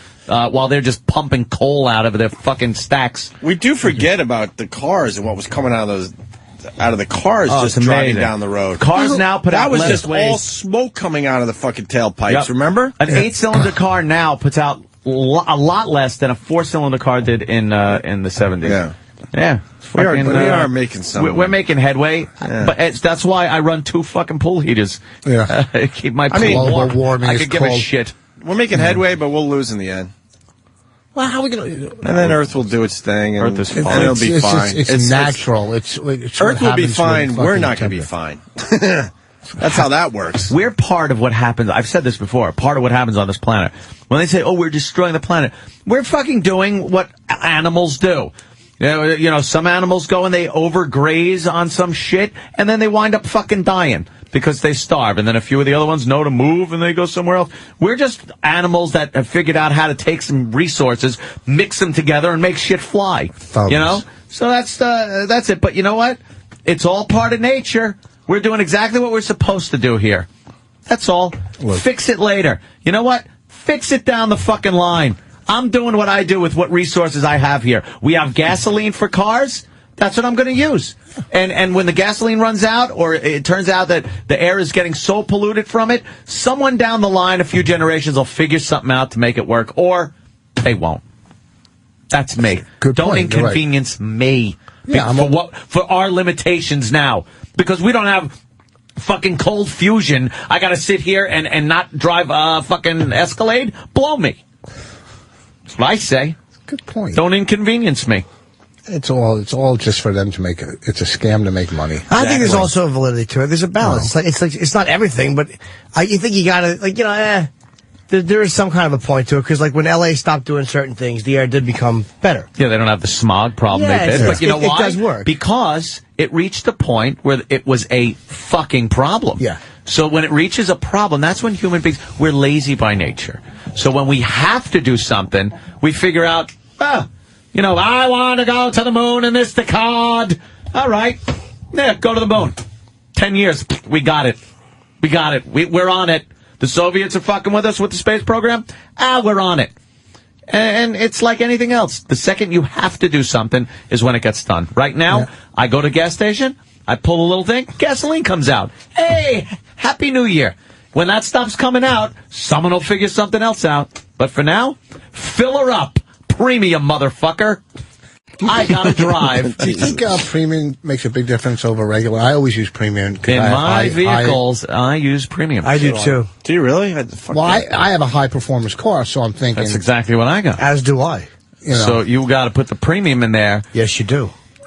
Keeps the fucking. How do you know it's not the same shit? Right. That's what I'm saying. How do you know this? What's the difference? One's cut with water. If you're buying a new car, you never it's octane levels, my friends. But you never have the car long enough to know if that gas made a difference. It runs better. I've actually found it running better. It runs better. I actually do. I don't know. Keeps it cleaner. Can't be bothered. Just fucking fill it up. And fucking the reason California's smog, because there's fucking 20 billion cars there. You're not going to get that smog and other, it has been cleaned up. Geography does it too. It's in a valley. The heat from the sun ionizes the fume, and it just lays there. That's why a lot of other cities don't have a smog problem like LA does, because of its geography. Yeah, and also they didn't just clean up. It's just technology, like he says. Well, it's just got emissions better. for California. California emissions are very strict on cars. Yeah, it's a process. I'm saying they eventually switched over, and there are results. But it's just all. Sorry. P-Roll is, he's a legitimate source. I'm really sorry. There is breaking news that I've been sort of following, but now there's a fact that has to be said immediately, and I apologize to you guys. Rich is an idiot for jumping in like this. P-Roll, he's good for this. Plane from, LaGuardia, I guess, emergency landed in Philadelphia. For a bomb scare. Now, this is the fact that just came out. Suspect had wires attached to his hands and head. And then P-Roll writes, how the fuck did he get on a plane with wires on his hands and head? Wires on his hands and head. Yeah. U.S. Airways flight diverted to Philadelphia after incident. Yeah. Supposedly it's going to turn out to be a nut job, but he has wires attached to his hands. It was probably one of those things on his braces. Oh, headgear? Maybe he's wearing his retainer. Well, that's another smoke screen. A couple had an argument on the plane. A guy and a lady, and they landed the plane because of that. That's all bullshit too. It's ridiculous. Why is it so? Here's the deal. Because L.A. Airport does this. They have cops outside the airport. When you go into L.A., they have roadblocks there. If you want to just drive a truck into a fucking airport, and you know what I mean, and do something destructive, I don't want to say anything wrong. Maybe you do. I have no desire to fucking do that. What's that? Yeah, what's the matter, Rich? What I'm saying, L.A. you want the only Let's airport. check your underpants. Make sure you don't have a bomb. Jimmy, check his underpants for a bomb, will you? You can drive a vehicle from the highway onto the runways. There's no fucking gates. There's no cement blocks. There's no security. No, is that what I'm? Wait, you're asking me? Yeah. What were you saying? I'm just saying if I do it in GTA, so it's got to be possible. That's I'm true. saying Yeah. whatever. That's Can we take all a break? We got bullshit, Jeff Ross screaming And one other thing about airplanes, and when I was getting off the other day, Peanuts? this is true. You hate those little I things? swear to God, getting off the plane. This is one of my new bits, but this is true. They said when we landed from San Francisco the other day, said, if you need a wheelchair, please stay in your seat and wait for help. Opposed to falling out and laying in the aisle like a human speed bump. They have to tell them to stay in their seat. Please stay in your That's seat. actually pretty good, Rich. Do not get involved with the Taekwondo tournament in the back. Just because we were just flying, don't think you can walk now. I would assume 20 minutes after everyone else got off the plane, you go in and see which dummies are still sitting in their forgot seats. they can't walk. Right. You got to remind them. That's pretty good, Rich. Rich is going to be at the Comedy Zone, Harrisburg, Pennsylvania, tomorrow and Saturday. Quick break, Jeff Ross next. Bye.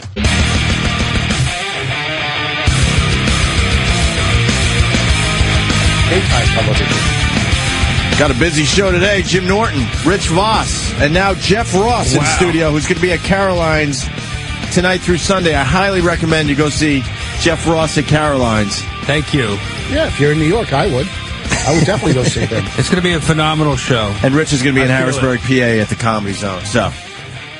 So you could not go to that.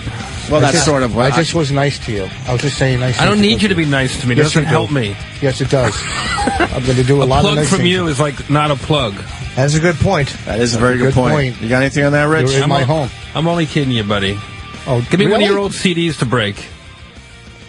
If you listen to it. Don't pretend you don't remember. I do remember. Wait, what happened? What happened? Oh, you gave Jeff a CD and he broke it in front of you? Yes, because he was upset that he didn't have one. First I used it as a coaster, then I smashed it. Yeah, at least he got some use out of it. You know, I go back to Voss. I used to pick him up, drive him to gigs. We'd work out. I'd buy him lottery tickets, anything to get stage time back in the day. He's still doing it. Remember we did a college, we did something, no, it was a graduation show. They stole my cigarettes. The greatest show ever. The greatest show ever. What happened? I somehow got a gig. This is 15 years ago, probably. I'm just starting to do comedy for money, and this prom hires us. Like, we have to be at the prom at 4. We have to. The show starts at 3 a.m. We drive out to Long Island after the prom. All the kids are in their tuxedos trying to get hand jobs under the table. I go out. I do my 20 minutes or whatever. It's just awful. It's just brutal. We just have to get through the time. Kids are getting like tireder and drunker, and I bring up Voss, and he's on stage, and he's kind of bombing. It's not great. It's an impossible situation, honestly, and he's doing the best he can. And then, you know, he has a stool behind him with his cigarettes and a cup of coffee behind him, and he's out front doing his act and getting some, like, titters, you know, little laughs. Then all of a sudden, he slowly starts killing. Every joke, every setup is just ripping the roof off the place. And I'm in the back watching this drunk kid sneaking up behind Voss really, really slow. Goes to the stool, takes one of Voss's cigarettes, lights it up behind him. Voss has no idea this guy's behind him. Voss thinks he's killing him. And the guy's sitting on the stool, drinking Voss's coffee and smoking his cigarettes.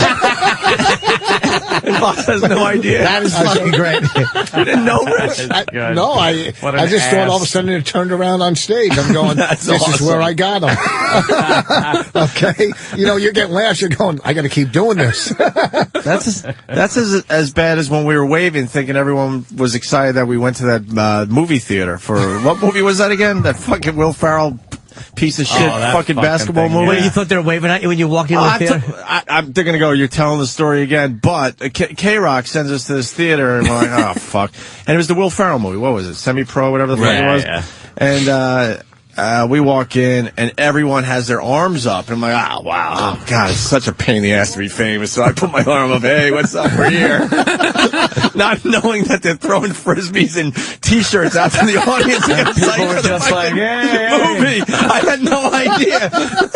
I should have known because it was all black people. I mean, I know we have black listeners, but not that many. Did you feel stupid? Dude. Did you catch a Frisbee?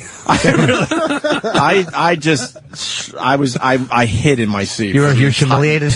And it turned out, honestly, there might have been 2 listeners there. They picked the worst theater. It was in gang territory in Times Square, and we had to learn that if you're a Blood, you go to this theater. If you're a Crip, you go across the street. It's a whole thing.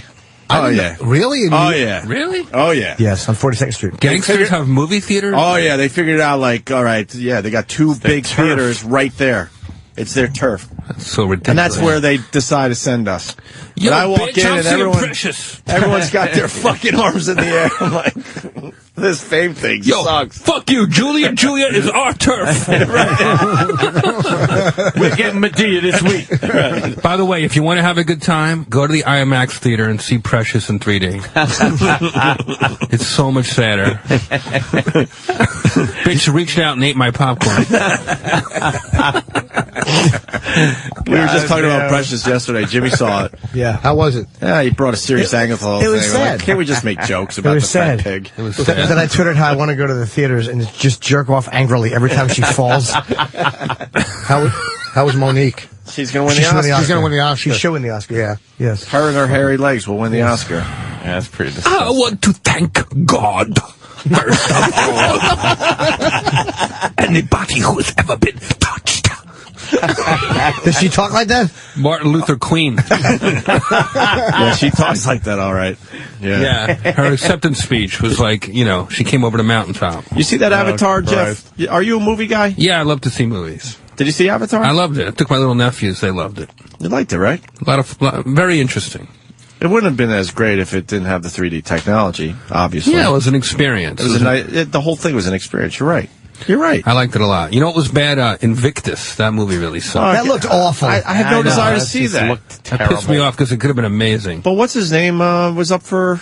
Who the fuck? Morgan Freeman. They can't stop handing him awards. Right? Enough with him already. He was nominated? That one in 3D was not very good. I'm sick of Every time they scored a goal, Morgan Freeman just stood up. It was the same shot of him standing up and clapping over and over and over because they had no story, so they just kept. It was awful. Is it another black team struggling and they become like champions? No, it's all white guys. It's white guys? Still dumb. It's South Africa. It's about rugby, which they never explain how it works. You're just watching 3 hours of a game. You don't have no idea. Ridiculous accent. It was way too small to play rugby. It was bad. Hey, you like that one? Best movie you've seen in a while. Wild Heart. Crazy Heart. Jeff Bridges. I just saw Crazy Heart. I liked it a lot, actually. That Jeff Bridges can act, huh? And he can sing in this thing. He's very Is that authentic. him singing for real? Yeah. Wow. Yeah, he can sing in this thing. It was I thought it was a really little slow at times. It's a little slow, and I was watching it with my little nephew sleeping, so every time the music came on, I had to lower it, and whenever he talked, you had to make it louder. I hate when you got to roadie the volume on a movie like that. Can't you find a friend? You got to take your nephew to I know. everything? I was visiting my family in Seattle, and you know what else I really liked was Is that the movie right there? Yeah, they're talking about it on TV. That's where you speak about it. Yeah, that was Jeff Bridges he's ridiculous. Yeah, but that movie I saw, Clooney's movie where they were like Up in the Air. No, the goat, something. Oh, he was in that. Yeah, Yeah. the goat movie. The one where they kill the goats with their minds. Yeah. Oh, that sounds really high concept. Yeah. What were we saying though? I want to see the new Mel Gibson movie because that poster. It's like he's about to call me a dirty kike or something. He looks so angry. We'll say it again though. The fucking trailer gives away the entire movie. Oh, I didn't watch it too closely. Don't watch the trailer. The big billboards everywhere. He looks so angry. Don't watch the trailer for the movie. I'm serious. Because there's a major plot twist that they have no problem showing you as you're waiting. Yeah. In my case, waiting for Crazy Heart to start. They must be mean it's a bad movie. They're giving it away. Oh, you think? Well, usually they give it away. They got nothing. Oh, that's an interesting theory. Mm-hmm. What if that's true? I would say so. Yeah. Leave it alone. I've been watching the old Rodney movies lately. Oh, yeah? Yeah. I'm on the Rodney biography tonight on A&E. Oh, yeah. I was watching the Caddyshack one. They're amazing. Night, those movies are still so good. Fuck it. The Caddyshack, they had like a whole story behind the scenes of Caddyshack. What they say? Production of it and everything. It was just really interesting, the whole setup from the time they went with the concept to Orion Films, and they had just come off of Animal House, and they gave them some concepts that were ridiculous, and they came up with like this golf idea. But they couldn't get a better golf course to film that movie. They couldn't dude. If you look closely at the golf course they use, it's a shithole. Dude, I played that course. I played it it's a couple times. It's a public course, obviously, that they don't take care of. Rolling Hills, I think it was. With Rolling Hills, they tried to get other golf courses. Yeah, you could tell. First of all, they were filming it in Florida. They had to get a golf course that had no palm trees because they said it was Chicago. So they couldn't have palm trees. I didn't know Caddyshack takes place And then in they Chicago. said, then they said, we're going to blow up your fucking golf course at the end of this. You know, we're going to make a green in the middle of the fairway at the end and blow it up. Right. And a lot of golf courses weren't cool with that. They found that What one. a bunch of dummies. They could have been known as the golf course that had Caddyshack. They found the one golf course where they were like, all right, we'll let you do anything you want. And they're like, okay, cool. And then they found out it was right at the end of the runway for, I think, Fort Lauderdale Airport. So every 5 or 7 minutes a plane would take off. They'd have to shut everything down. They had a guy. Hey, every time I get rolling, fucking plane going off. Let me talk to the location manager. They had a guy with a bullhorn standing at the far end of the golf course that would go plane. He'd stand there and go plane. Oh, Jesus. It's like when you're playing street hockey, they'd be like car, car. What a pain in the ass. Give me roll me up a dude. But the palm tree thing is stupid. Why don't they just say, hey, this story takes place in Florida? Like, it was really important to the story that's because in my character was from Chicago, you fucking idiot. They needed, for the characters, I think, they didn't want it to be Florida. They kind of wanted it to be. Who cares? Like, I know. The story is so disjointed because it was probably a 4-hour movie when they wrote it. Like, Noonan was in every single shot. They had more about him and his huge family and things like that. And then they had to literally cut the script in half. Do they have all that stuff on the DVD? No. It probably was never shot. It was probably the story just being cut. Yeah, they just cut it out of the script. I thought Caddyshack 2 was much better. Oh, yes. It was fantastic. Jackie Mason is right They up there. offered me a lot of money, but horrible. I was moving on by then. Horrible. When they turned that old couple around to hit the ball, it couldn't have been any fucking funnier. You couldn't tell me something about that movie that I would even know. I'm talking about the first movie. Oh, okay. Yeah. Yeah, oh, that was good. No, I did see some clips of the biography that's on tonight, and they had Harold Ramis, who wrote and directed it, saying a lot of inside stuff about the shooting of the movie, and they said that Rodney would make the director come to his trailer, and he would try out different jokes and different versions of old jokes he used to do that he wanted to work into the script. Yeah, and into stuff. the script. Yeah. So it was very much his stand-up. How cool is come that? alive. They were talking about how he got the part because they were thinking of they just wanted some kind of an older comic. So they got Rodney, and Rodney comes in and they said, well, it was a different time. He came in. He put 4 lines of Coke on the table and did it, and he goes, all right, let's get to work. Really? And that's what they said. Tony Bavacqua from Dangerfields told me he was at the premiere, and he said that everybody comes up in limos, and when Rodney came up, he came in a car that was being towed to the premiere. So that's how he got to the premiere. was in a car that had a tow truck pulling it. We got Rodney high at the end of his life. You guys did? Yeah, at NEW. Yeah. Not us personally, but one of our guys. Oh, he smoked weed all the time. Yeah, one of our guys. Oh, yeah. Took That's him what he used to say, right? One of our guys who now works here at Sirius XM, Stinky, yeah. And the guy that... Stinky will brag about that, no problem. Took him to the fucking stairwell during the break. And they actually, you know who they considered they were actually going to use as Noonan was, what's his name, from The Wrestler? Oh, Mickey Rourke? Mickey Rourke. Oh, Jesus. Was going to be Noonan. You know, that would have been better. The Otto and George. Otto was supposed to do a Young Comedian special. You know, one of them. So Rodney loved him. So Rodney, they wanted to see him one more time. And what did Otto do to fuck this up? No, I take you to the great set. So they put at Casual Rising Store. Yeah. This is what I heard. They put Otto on first, right? You can't put him on first. So he has a tough set. And Ronnie goes, well, I don't know, son. And Otto goes, go fuck yourself, you old drunk. How do you open with Otto and George? That's a catch. Yeah, that's he would have been perfect on that fucking Young Comedian thing. Was it Nebraska? Caddyshack was supposed to a few people saying that. Saying Chicago. Yeah, whatever. Bob Saget was on that long one. special. He told me they cut him down to like 2 minutes to give Kinnison like 8 minutes. I was at the taping. Oh, really? Really? I was at the taping where the one where Hicks was on. It was Hicks. Were you a waiter? Then you weren't at that taping. No, one of the Shut up. He goes, I was at that taping, the one, and he names different guys. Well, they had a bunch of those fucking shows. It was, I don't know, Hicks and some other ones. Fucking Hicks just killed. How you doing, lady? You want to make what was it? Want to make $8 the hard way? The hard way, huh? You must have been something before electricity. The best movies, and it's an inspiration to comedians because he didn't even make it till he was in his 40s. And his movies were in his 40s and 50s. Went back to selling aluminum siding for 10 years. Oof. I mean, he was an old 40 though. Yeah, he looked old for his age. I remember how I found out he passed away. It was so sad. I was driving down Melrose in Hollywood, and they always put on the billboards at the comedy clubs like so and so make God laugh. Oh, okay. And it said Rodney Dangerfield, like it's spelt wrong.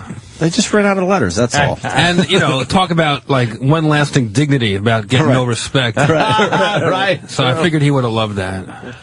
Maybe they did it on purpose. I remember him coming into the Laugh ironic. Factory with his bathrobe, with his schmeckle hanging out, with a joint in his mouth, trying out one-liners. Oh, he came during a prom show, he came into catch, and all the kids were like, it's Ronnie. And he went up, he was so fucking wasted. And he was just all over the place, and the kids were looking at him like they were just tortured. What was that? Your cud just came up. It was like but the comics were dying. It was fucking, the comics were just dying. That was my gum. It got caught in my mouth. Sometimes if I'm the nicotine depressed, gun? If I'm sad, I will just I'll just hit his name in YouTube and whatever plays. Just hearing his voice makes me feel better. Yeah, a funny motherfucker. You still got the nicotine gum? We're talking about Rodney. Yes. Why don't you stop with the Nicorette? How long have you been on the stop with the hookers? I like them. I like this. I don't chew them while I'm doing radio. They don't come up in my throat when I'm on the air, stupid.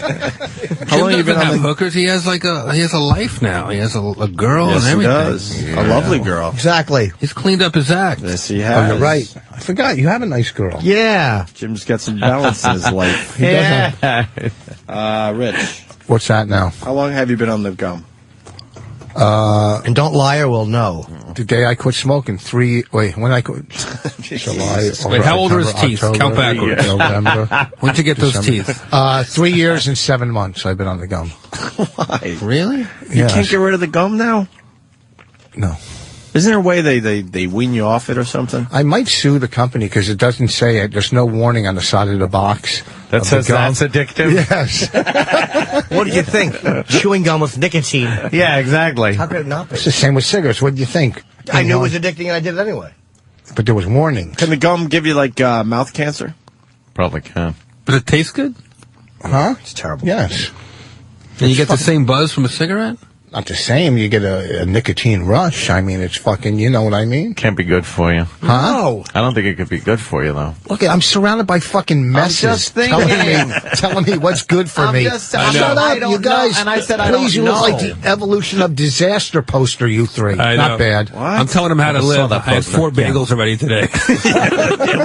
we all have our problems. We understand, Rich.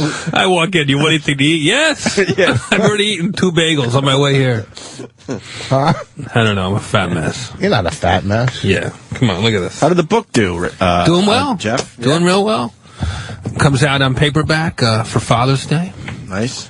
And been very gratifying. Yeah. Very different experience than doing regular stand-up, as Jim can attest.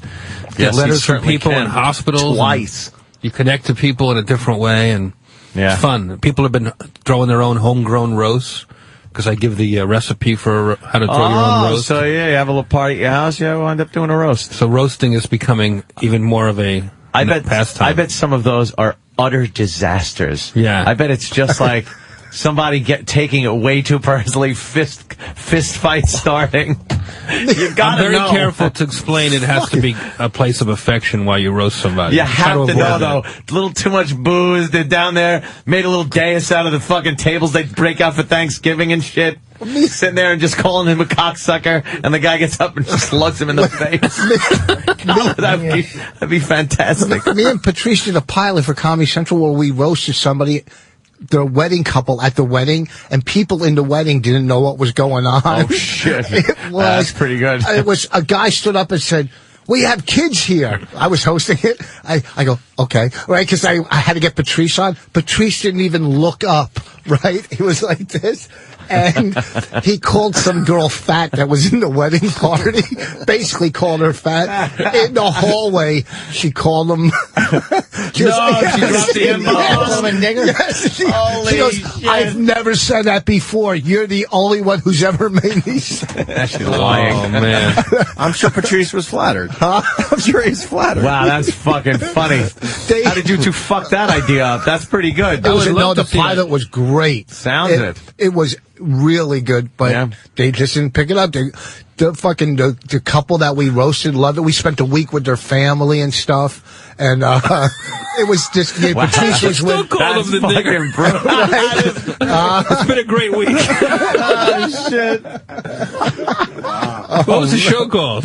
Huh? What was it called? Best Jew Man. and the nigger. Best Man. Jesus. Worst man. It was fucking. Jesus. Oh man. Oh, my That's God. all right, man. Patrice, so funny. God, is he funny, man. What else is on your radar, Jeff? It's about you right now. Well, Obama, you got the Tiger Woods picture coming out today, so now we know he's in a sex rehab. Has a beard. He kind of looks like you if you were a little darker. He's got the beard and the sex wild rehab hair. place. That's a Christmas party I didn't get invited to. How do you go to that place? I would go there just for fun, I think. That's where you should do a roast. That would be so fun. Sex rehab clinic. I feel like this will be the year for people to start forgiving Tiger. Yeah. For cock blocking the entire country. I do a bit in my act now about how if he lost all these endorsements, pretty soon he'll be picking up new ones, like, hey guys, you want to fuck like me? Try my new high protein energy drink, Tiger's Wood. I got enough energy to hit 18 holes during the day and another 18 holes back at the room. I'll be in Harrisburg this weekend. What made me laugh was Jeff's defeated. Look at the papers. He went, whatever. I thought we were. I didn't realize we were. I didn't realize. Rich is brutal. These are the meanest human beings on the Rich planet. is brutal. What are you talking about? I even set it up. You did the whole thing. All I know is I heard you do 4 airplane bits before I came in. I did one, but it was funny. Your timing right there was good, Rich. I now kinda I'm going to did- depress you with this phone call. I must admit, I did sort of. John know on that Long was gonna Island. happen. John. Hi guys, how you doing? Good, John. That nicotine gum has been linked to to cancer, and There you go, it's been Rich. linked to brain cancer. So, There you Rich, go. you Oh, really you have no worries. Well, here's the thing. I just had a MRI on my fucking skull, so everything's I was okay. there, remember? Oh, in It probably Seattle. sounded like when they're looking on the ocean floor for a sub that isn't there. Like that sound. So no, with nothing returning. Just bouncing the bottom of the skull and coming back up. Wacky host. That didn't work. Sorry. It didn't work. Here, how about this? There you I go. thought it was very funny. Anthony the Love Sponge. Oh, go blow, you Look, he gets so fucking mad. punch. Fuck you. I don't even know the guy. Why did that offend you? I don't know. Because he's a piece of shit. Yeah. He's just a dumb hillbilly, that's why. Fuck him. He's really a dumb guy. Equate me to that. I don't even know that.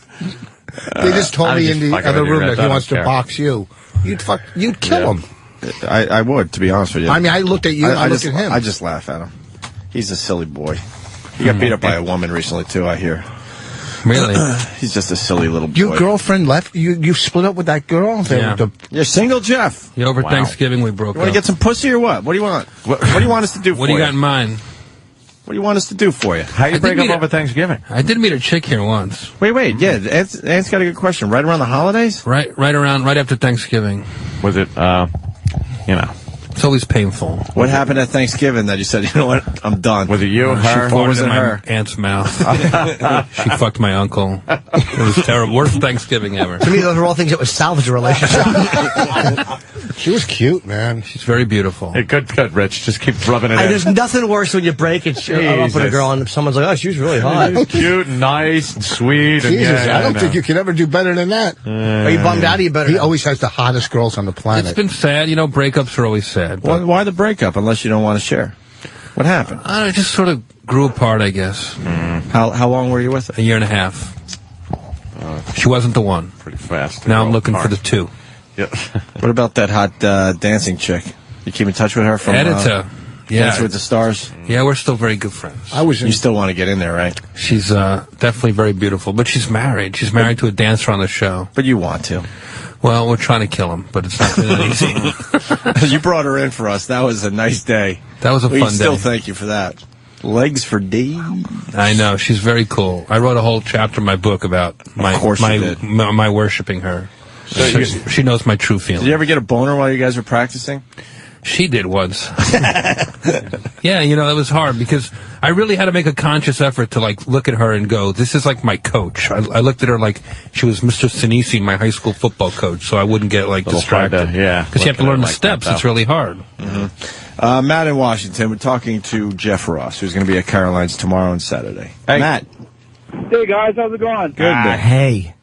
Hey, Jeff, I've watched your special with Larry 15 times, and you guys play such a good role with one another. Is that a setup? Yeah, that's Stephen Glickman. He's a very, very funny actor who's on a Nickelodeon show now called Big Time Rush. Could you explain it for people that haven't seen it? This guy can explain it. Phenomenal. Now, what happens? Man, you guys set it up. Well, you just randomly call a piano player, and Fat Larry comes down with his blue hair who just really set it up well, but at first, it really looks real, but after seeing it 15 times, I had to ask.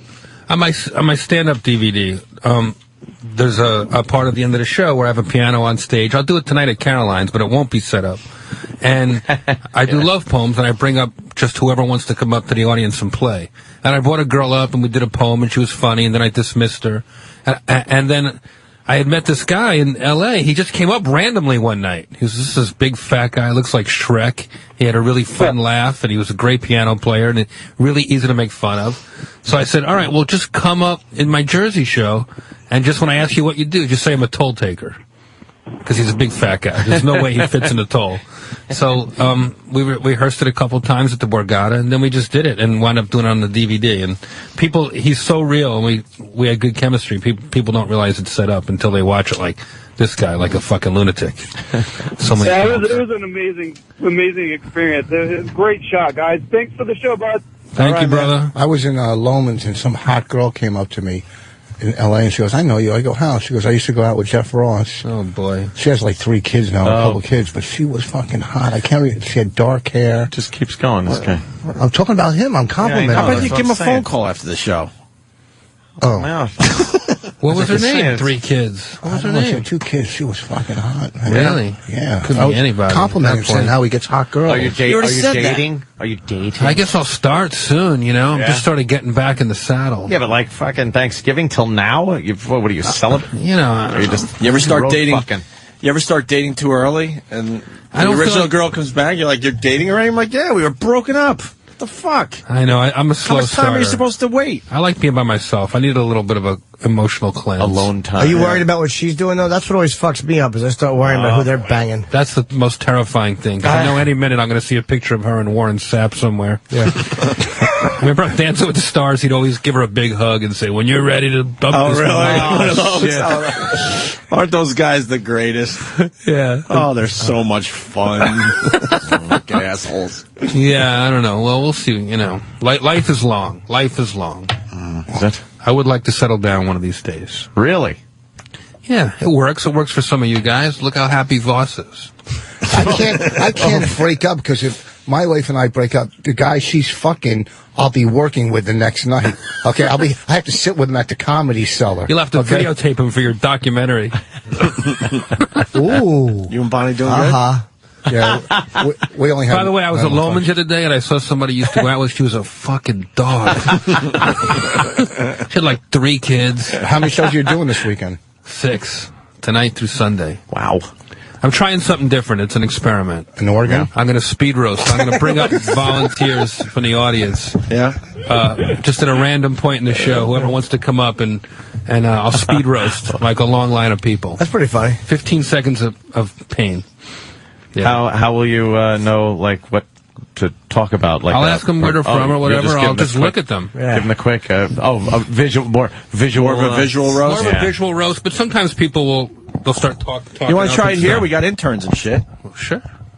For real? Yeah, well, if you're going to help me, if you're going to fucking roll your eyes and... I didn't roll no fucking eyes I'll be today. happy to help you, Jeffrey. I'm a very good roaster. I didn't roll no fucking eyes. I know. When Rich I did was the whole time you were fucking talking. I didn't roll my eyes once. All right. I don't even know how I mean, to. like I did my tiger bit before. Voss rolls his eyes when he eats like a dummy, like a shark. I mean, like my tiger bit. No. The tiger bit was good. It wasn't bad. It's just you didn't, you know. That was so bad. I know. No one even caught how bad his fucking... What happened? Jimmy All just happened. uttered a bomb. It really was a fucking complete dud.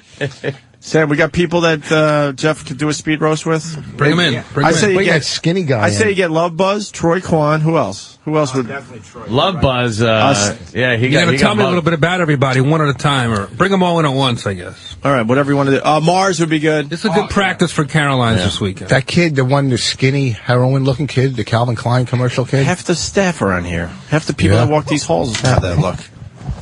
This kid just got mugged. Yeah, this is like Love 3 Buzz. days ago at knife point by Which some one? big black this guy right He here? went to the wrong theater. No, it was right outside the building here. Here? Yeah, Love Buzz. What happened? Because we haven't talked to you about it yet. Yeah. We've kind of I was hinted on that. 44th, and this guy comes up to me. He's like, "Hey, you want to see some girls?"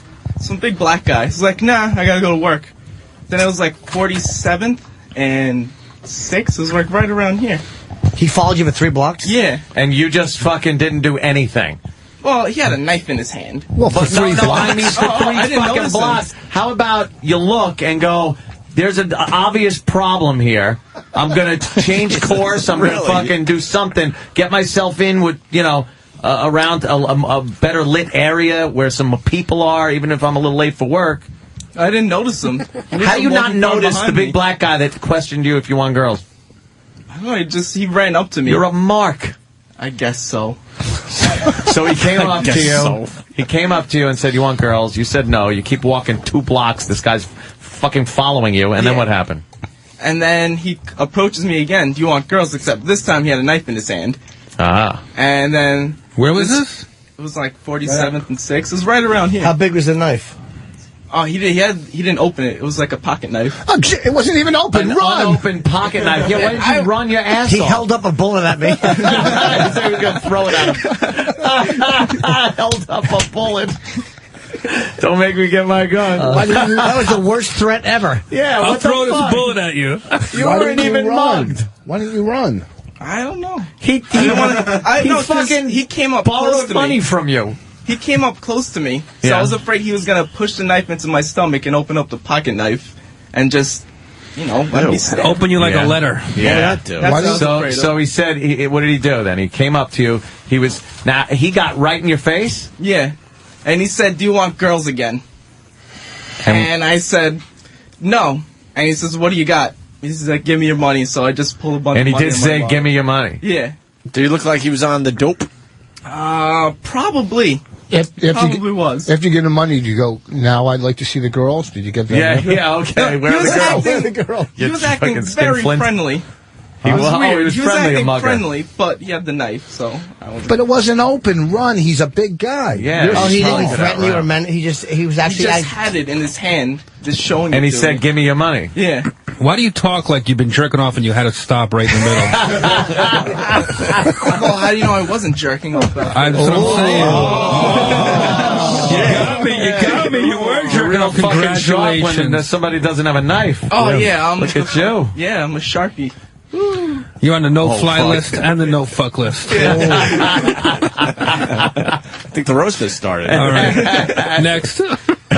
Next. That's it, huh? That was good. How much money did you get? No, I thought it was I gave 15 him seconds of 30 pain. bucks. What? I gave him $30. How much did 30 you bucks? have? I had 50. I kept 20 for myself. So your life, that's smart. you thought your life was worth $20 more. Well, I just Like grabbed it you really fe- quick. What did you grab it out of your pocket? No, Or it was it in your wallet? Opened up my wallet And he really didn't quick. notice that you didn't take it all out? No. Did you go up to a cop after it and say it? No, I brought up the police, and that's when he ran off. And he threw a paper What do you under mean a you car. brought up the police? I said, because he was acting friendly. He was like, "I'll just call the police." And that's when he ran off and got mad. That's And he- the worst. The two of you make me sick. I know he's the an worst. awful crook and you're an awful muggy. Yeah. And what guess did he so. do? He threw a piece of paper somewhere? He threw a piece of paper under a car. What was it? And I don't know. I think You it didn't was- grab it? I looked at it. It was an empty piece of paper. I thought my money was in there. I thought maybe I got off lucky, I guess. You thought he was going to throw the money under the car. Yeah. Mitch Fattel? Anyone? Yeah, a little bit. Yeah. I got that a bunch of times. It's like Mitch Patel.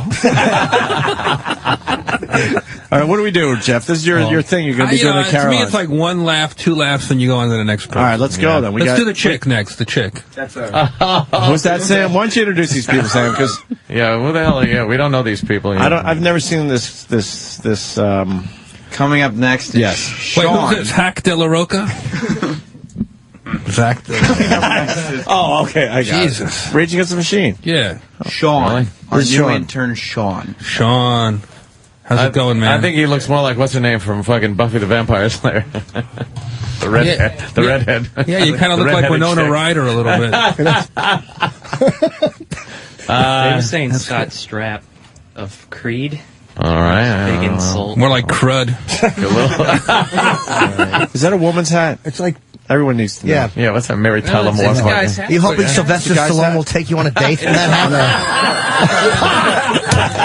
hat? Fucking hat stinks. Win, Rocky, win. It's from the Asian website that It's from what? buy all my clothes off of. Oh, you buy all your clothes off of that? Yeah. Those are some small pants. Yeah. Yeah. I gotta What's the say. website called?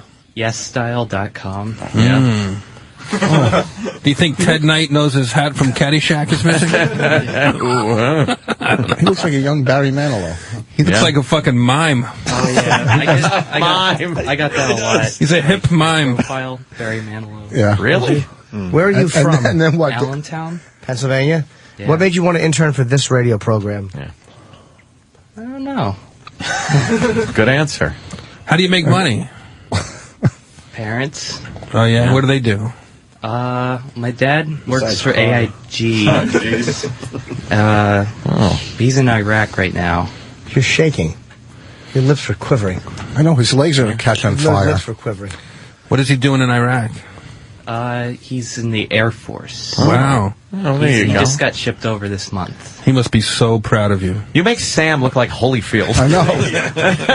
It's like, You got a nice package, though. Jesus.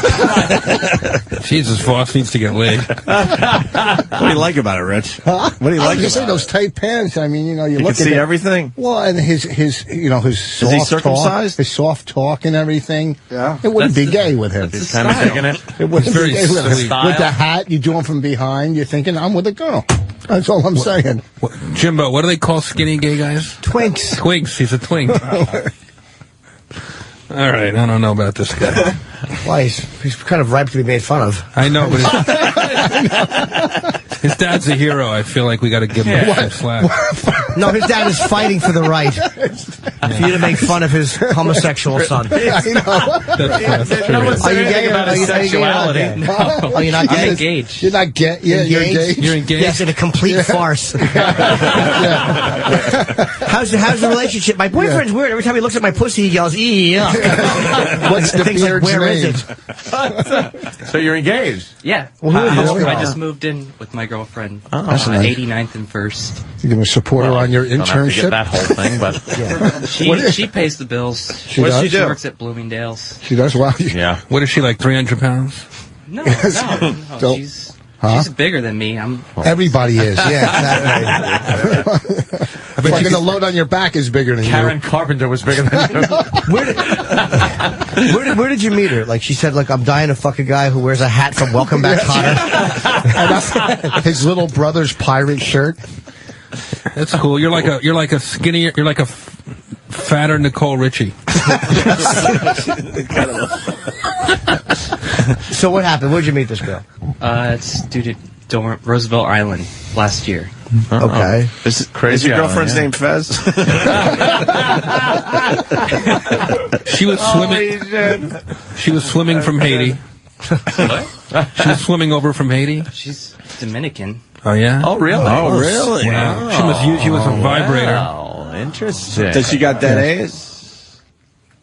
What? Does she have that Caribbean She's ass? like half white, half Dominican. Oh, that's a good one. one. Our own Sam has a little, we don't know what's in him. That's an optimistic way to look at it.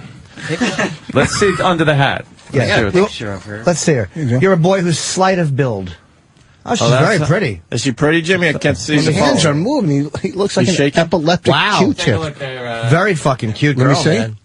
Oh, yeah, okay. She's doing it for... Very pretty. Is she doing it for citizenship? What is she doing? Oh, shit. Yeah, but you can't see. She might just widen out from here. She might be an iceberg. Beautiful. Yeah. It's I see. her father's Dominican, mother white.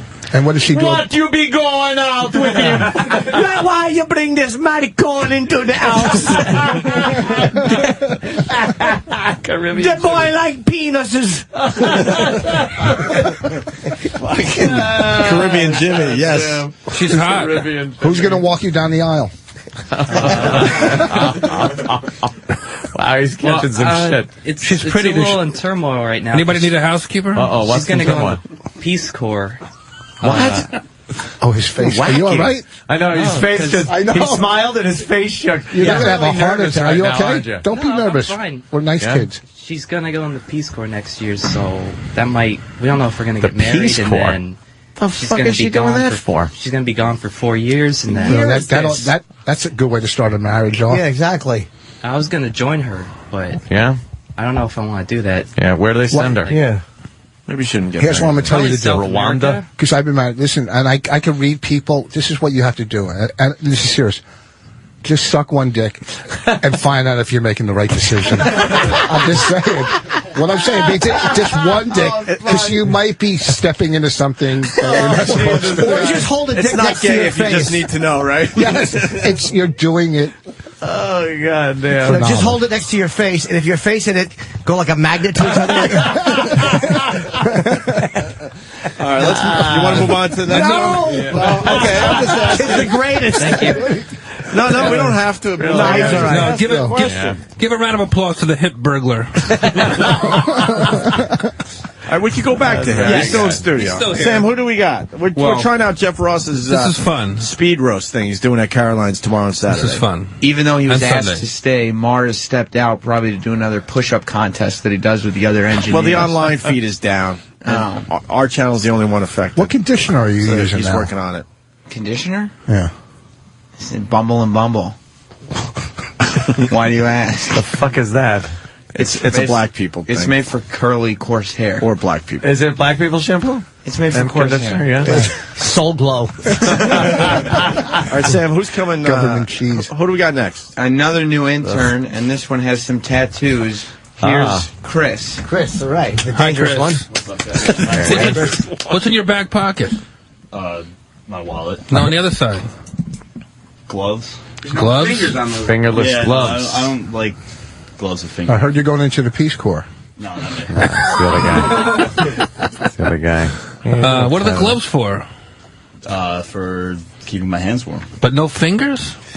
Isn't that the part that gets cold? Like, that is the part that gets No, you know, cold. my hands get really cold and like start to crack. So it's not my fingers; it's just like my knuckles. Your hands crack. Yeah.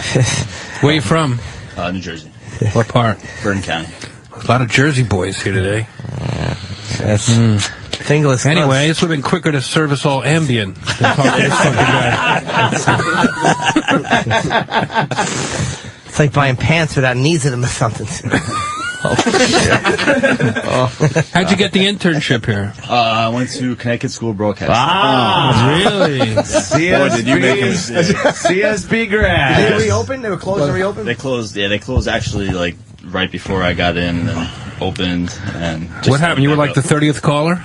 Yeah, basically.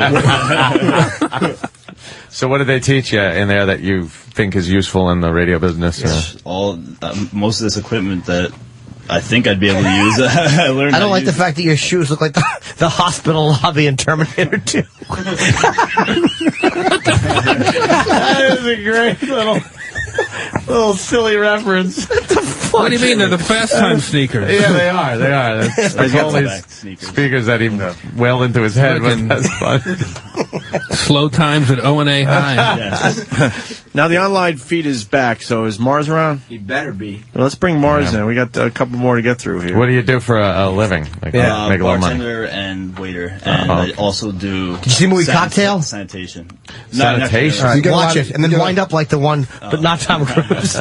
Sanitation? Where? It's like a small, actually like a rubbish removal service type thing. Take care of Rich. In Jersey. Throw Voss over his shoulder. Get it, rubbish?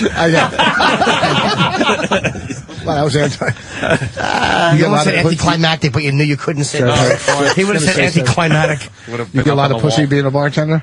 Not anymore. I have a girlfriend. You get a lot of pussy being a rubbish remover? No. You're certainly dressed for it. You have a girlfriend? Yeah, I do. Tell Jeff what that's like. Why you just get mean, Rich? Jesus. Poor guy's going through a heartbreaking time. Who gives a fuck? He goes through girls like that. He'll get one tomorrow. He's a fucking celebrity. That's a good one, Aunt Rich. My nephew gets girls like other people get colds. He gets fucking mouth cancer. Let's move on, Sam. Who do we got next? Who's next, Sam? Next, he's no intern. Oh. He's the world famous Troy Kwan, everybody. Troy Kwan. This is Club Soda Kenny's personal producer. Wow. Bob's Big Troy. Boy's haircut. Yeah, he's never heard that one. Thanks for wearing your shirt from 5th grade. What is that exactly? I don't know. It's just a shirt. Just felt like putting it on today and walking out the door. I don't know. I love the Cameron Diaz comb in your hair look. There you go. I don't like making fun of his hair. It's Why? Just, I don't know, he's a nice guy. So I apologize, President Reagan. Well, like President Kennedy after the drive. Exactly. Could you just go back and to the left? That's hilarious. How long do you have to sleep to get your hair to look like that? Just 8 hours. Just get up and go. Throw some gel in and not too concerned. Just make sure it's standing up. Okay, with a hat, can you come back? I see the pod tits are growing in nicely. What is it? With the what? Pot tits. That is funny. Oh, shit. Oh, God damn, that's funny. Juan is not fucking pleased. No. Whatever. That's all good. Anyway. Yeah. There you go. That's it. What do you have to Very say good. for yourself? Anything? Excited to be in here with you guys, hanging out. He's very All right. useful to the program. Yes, he is. Let's, Thank you, gentlemen. Sam, who do we got left here? I did forget to mention that the reason Troy never comes on air is because he said he's afraid he'll go in there and people will start making fun of him. Oh, shit. So I forgot. Right. But, Who's Troy? Which one's Troy? This was more of a tribute. This was more of a tribute. Yeah, it was. Yeah. Speed roasting. We're speed roasting. Done with today. the love. finally, here he is. Last but not least, Sam. Certainly not least. Right. Everybody's favorite engineer and push-up contest winner today, Marcelino. Who did he have a contest with today? He competes with the other engineers about who can do the most push-ups. That's a bunch of bullshit. Do you really? Competition. We just do push-ups. You look like a man who has outgrown his wig.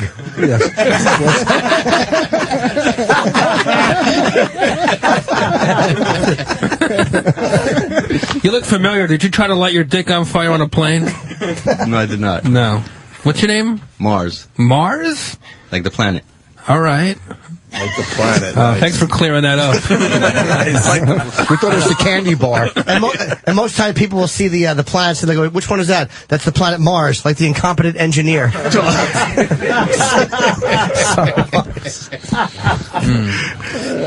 So, what do you do for a living, Mars? I'm an engineer. Here? Here, yes. So who's working the boards right now? Opie is. Oh, is that I right? am? Mm-hmm. Oh. So what's right. your role? Well, I do the things that you can't see, like fix what's underneath the console, the wires, the connections, things like that. Have you ever met a chick doing this job? No, I have Maybe not. you should get into rubbish removal. Yeah. This is I'm not bailing You look anybody. like Gilbert Gottfried's retarded nephew. All right. Am I wrong? Mars is hard to really rip into. No, he's I not. know. He's a martial artist, by the way. Yes, he Yes, he is. is. He's got a gut. Oh, shit. I'm no one to talk. What's your shirt say? Team Brazilian Jiu-Jitsu. Oh, you're... Edson Carvalho. Huh? Edson Carvalho. What's the T-shirt under your T-shirt say? What's wrong with you? Army. All man things. Jesus, we get it. Who dressed you, FEMA? Why do you have 3 layers on? Are you homeless? No, actually, I run here in the morning, so the bottom T-shirt, wicks the sweat away. And you leave it on? Yeah. Why do you run here in the morning? Because you could get robbed out there. I walk from the Port Authority here, and I don't have too much time. You walk from home here? Hey, not bad. You're a good sport. You're a good sport. Thank you. You like working here? I love it. Oh, yeah? I love working with the O&A people. What do you think would be the most exciting moment of your entire radio career? What was or what will be? What will be? How would you know that? I don't know. I'm looking forward to certain things, but what was? I'm saying, is there a defining moment in your experience Electricity. Boo. No. Well, I tell you one thing. I found a pickled punk when we first started working together. What? And that fucked me up a little bit. Yeah. What's he saying? Who has that now? You gave it back. Yeah, I did. Because I don't want to be fucking cursed. I found the aborted fetus while they were on vacation. And I had no idea of the show. He explains things. Just let that sit there. And you found an aborted fetus? How can you take the excitement out of that story? It's a miracle. Don't you wish you found some shoe polish? Jesus. My work shoes. Your work shoes. Oh, my God. No punchline after that. No, that's always a great comedian tactic. It's just set up and just repeat it. No, but then repeat it. Your work shoes. Yeah, so you can think. A lot of That's why times people shit does come too. when you repeat Not in it. that case, it didn't. In that case, you just basically stated a fact after he stated it. Well, but the joke was shoe polish. I'm not going to do another one after it. It was not a bad joke if you would have saw the shoes. That's I why did you had see to the bring shoes. I'm looking right at the shoes. Yes, you are. Imagine him running here from Port Authority with his gravedigger boots on. Let's get back to the shoe polish. Wow, it's not easy roasting 5 of the exact same person. 1, 2, 3, 4, 5. Okay. 5 fucking radio intern losers. Jeez. It's like the cast of Intervention next season. I know. It's great.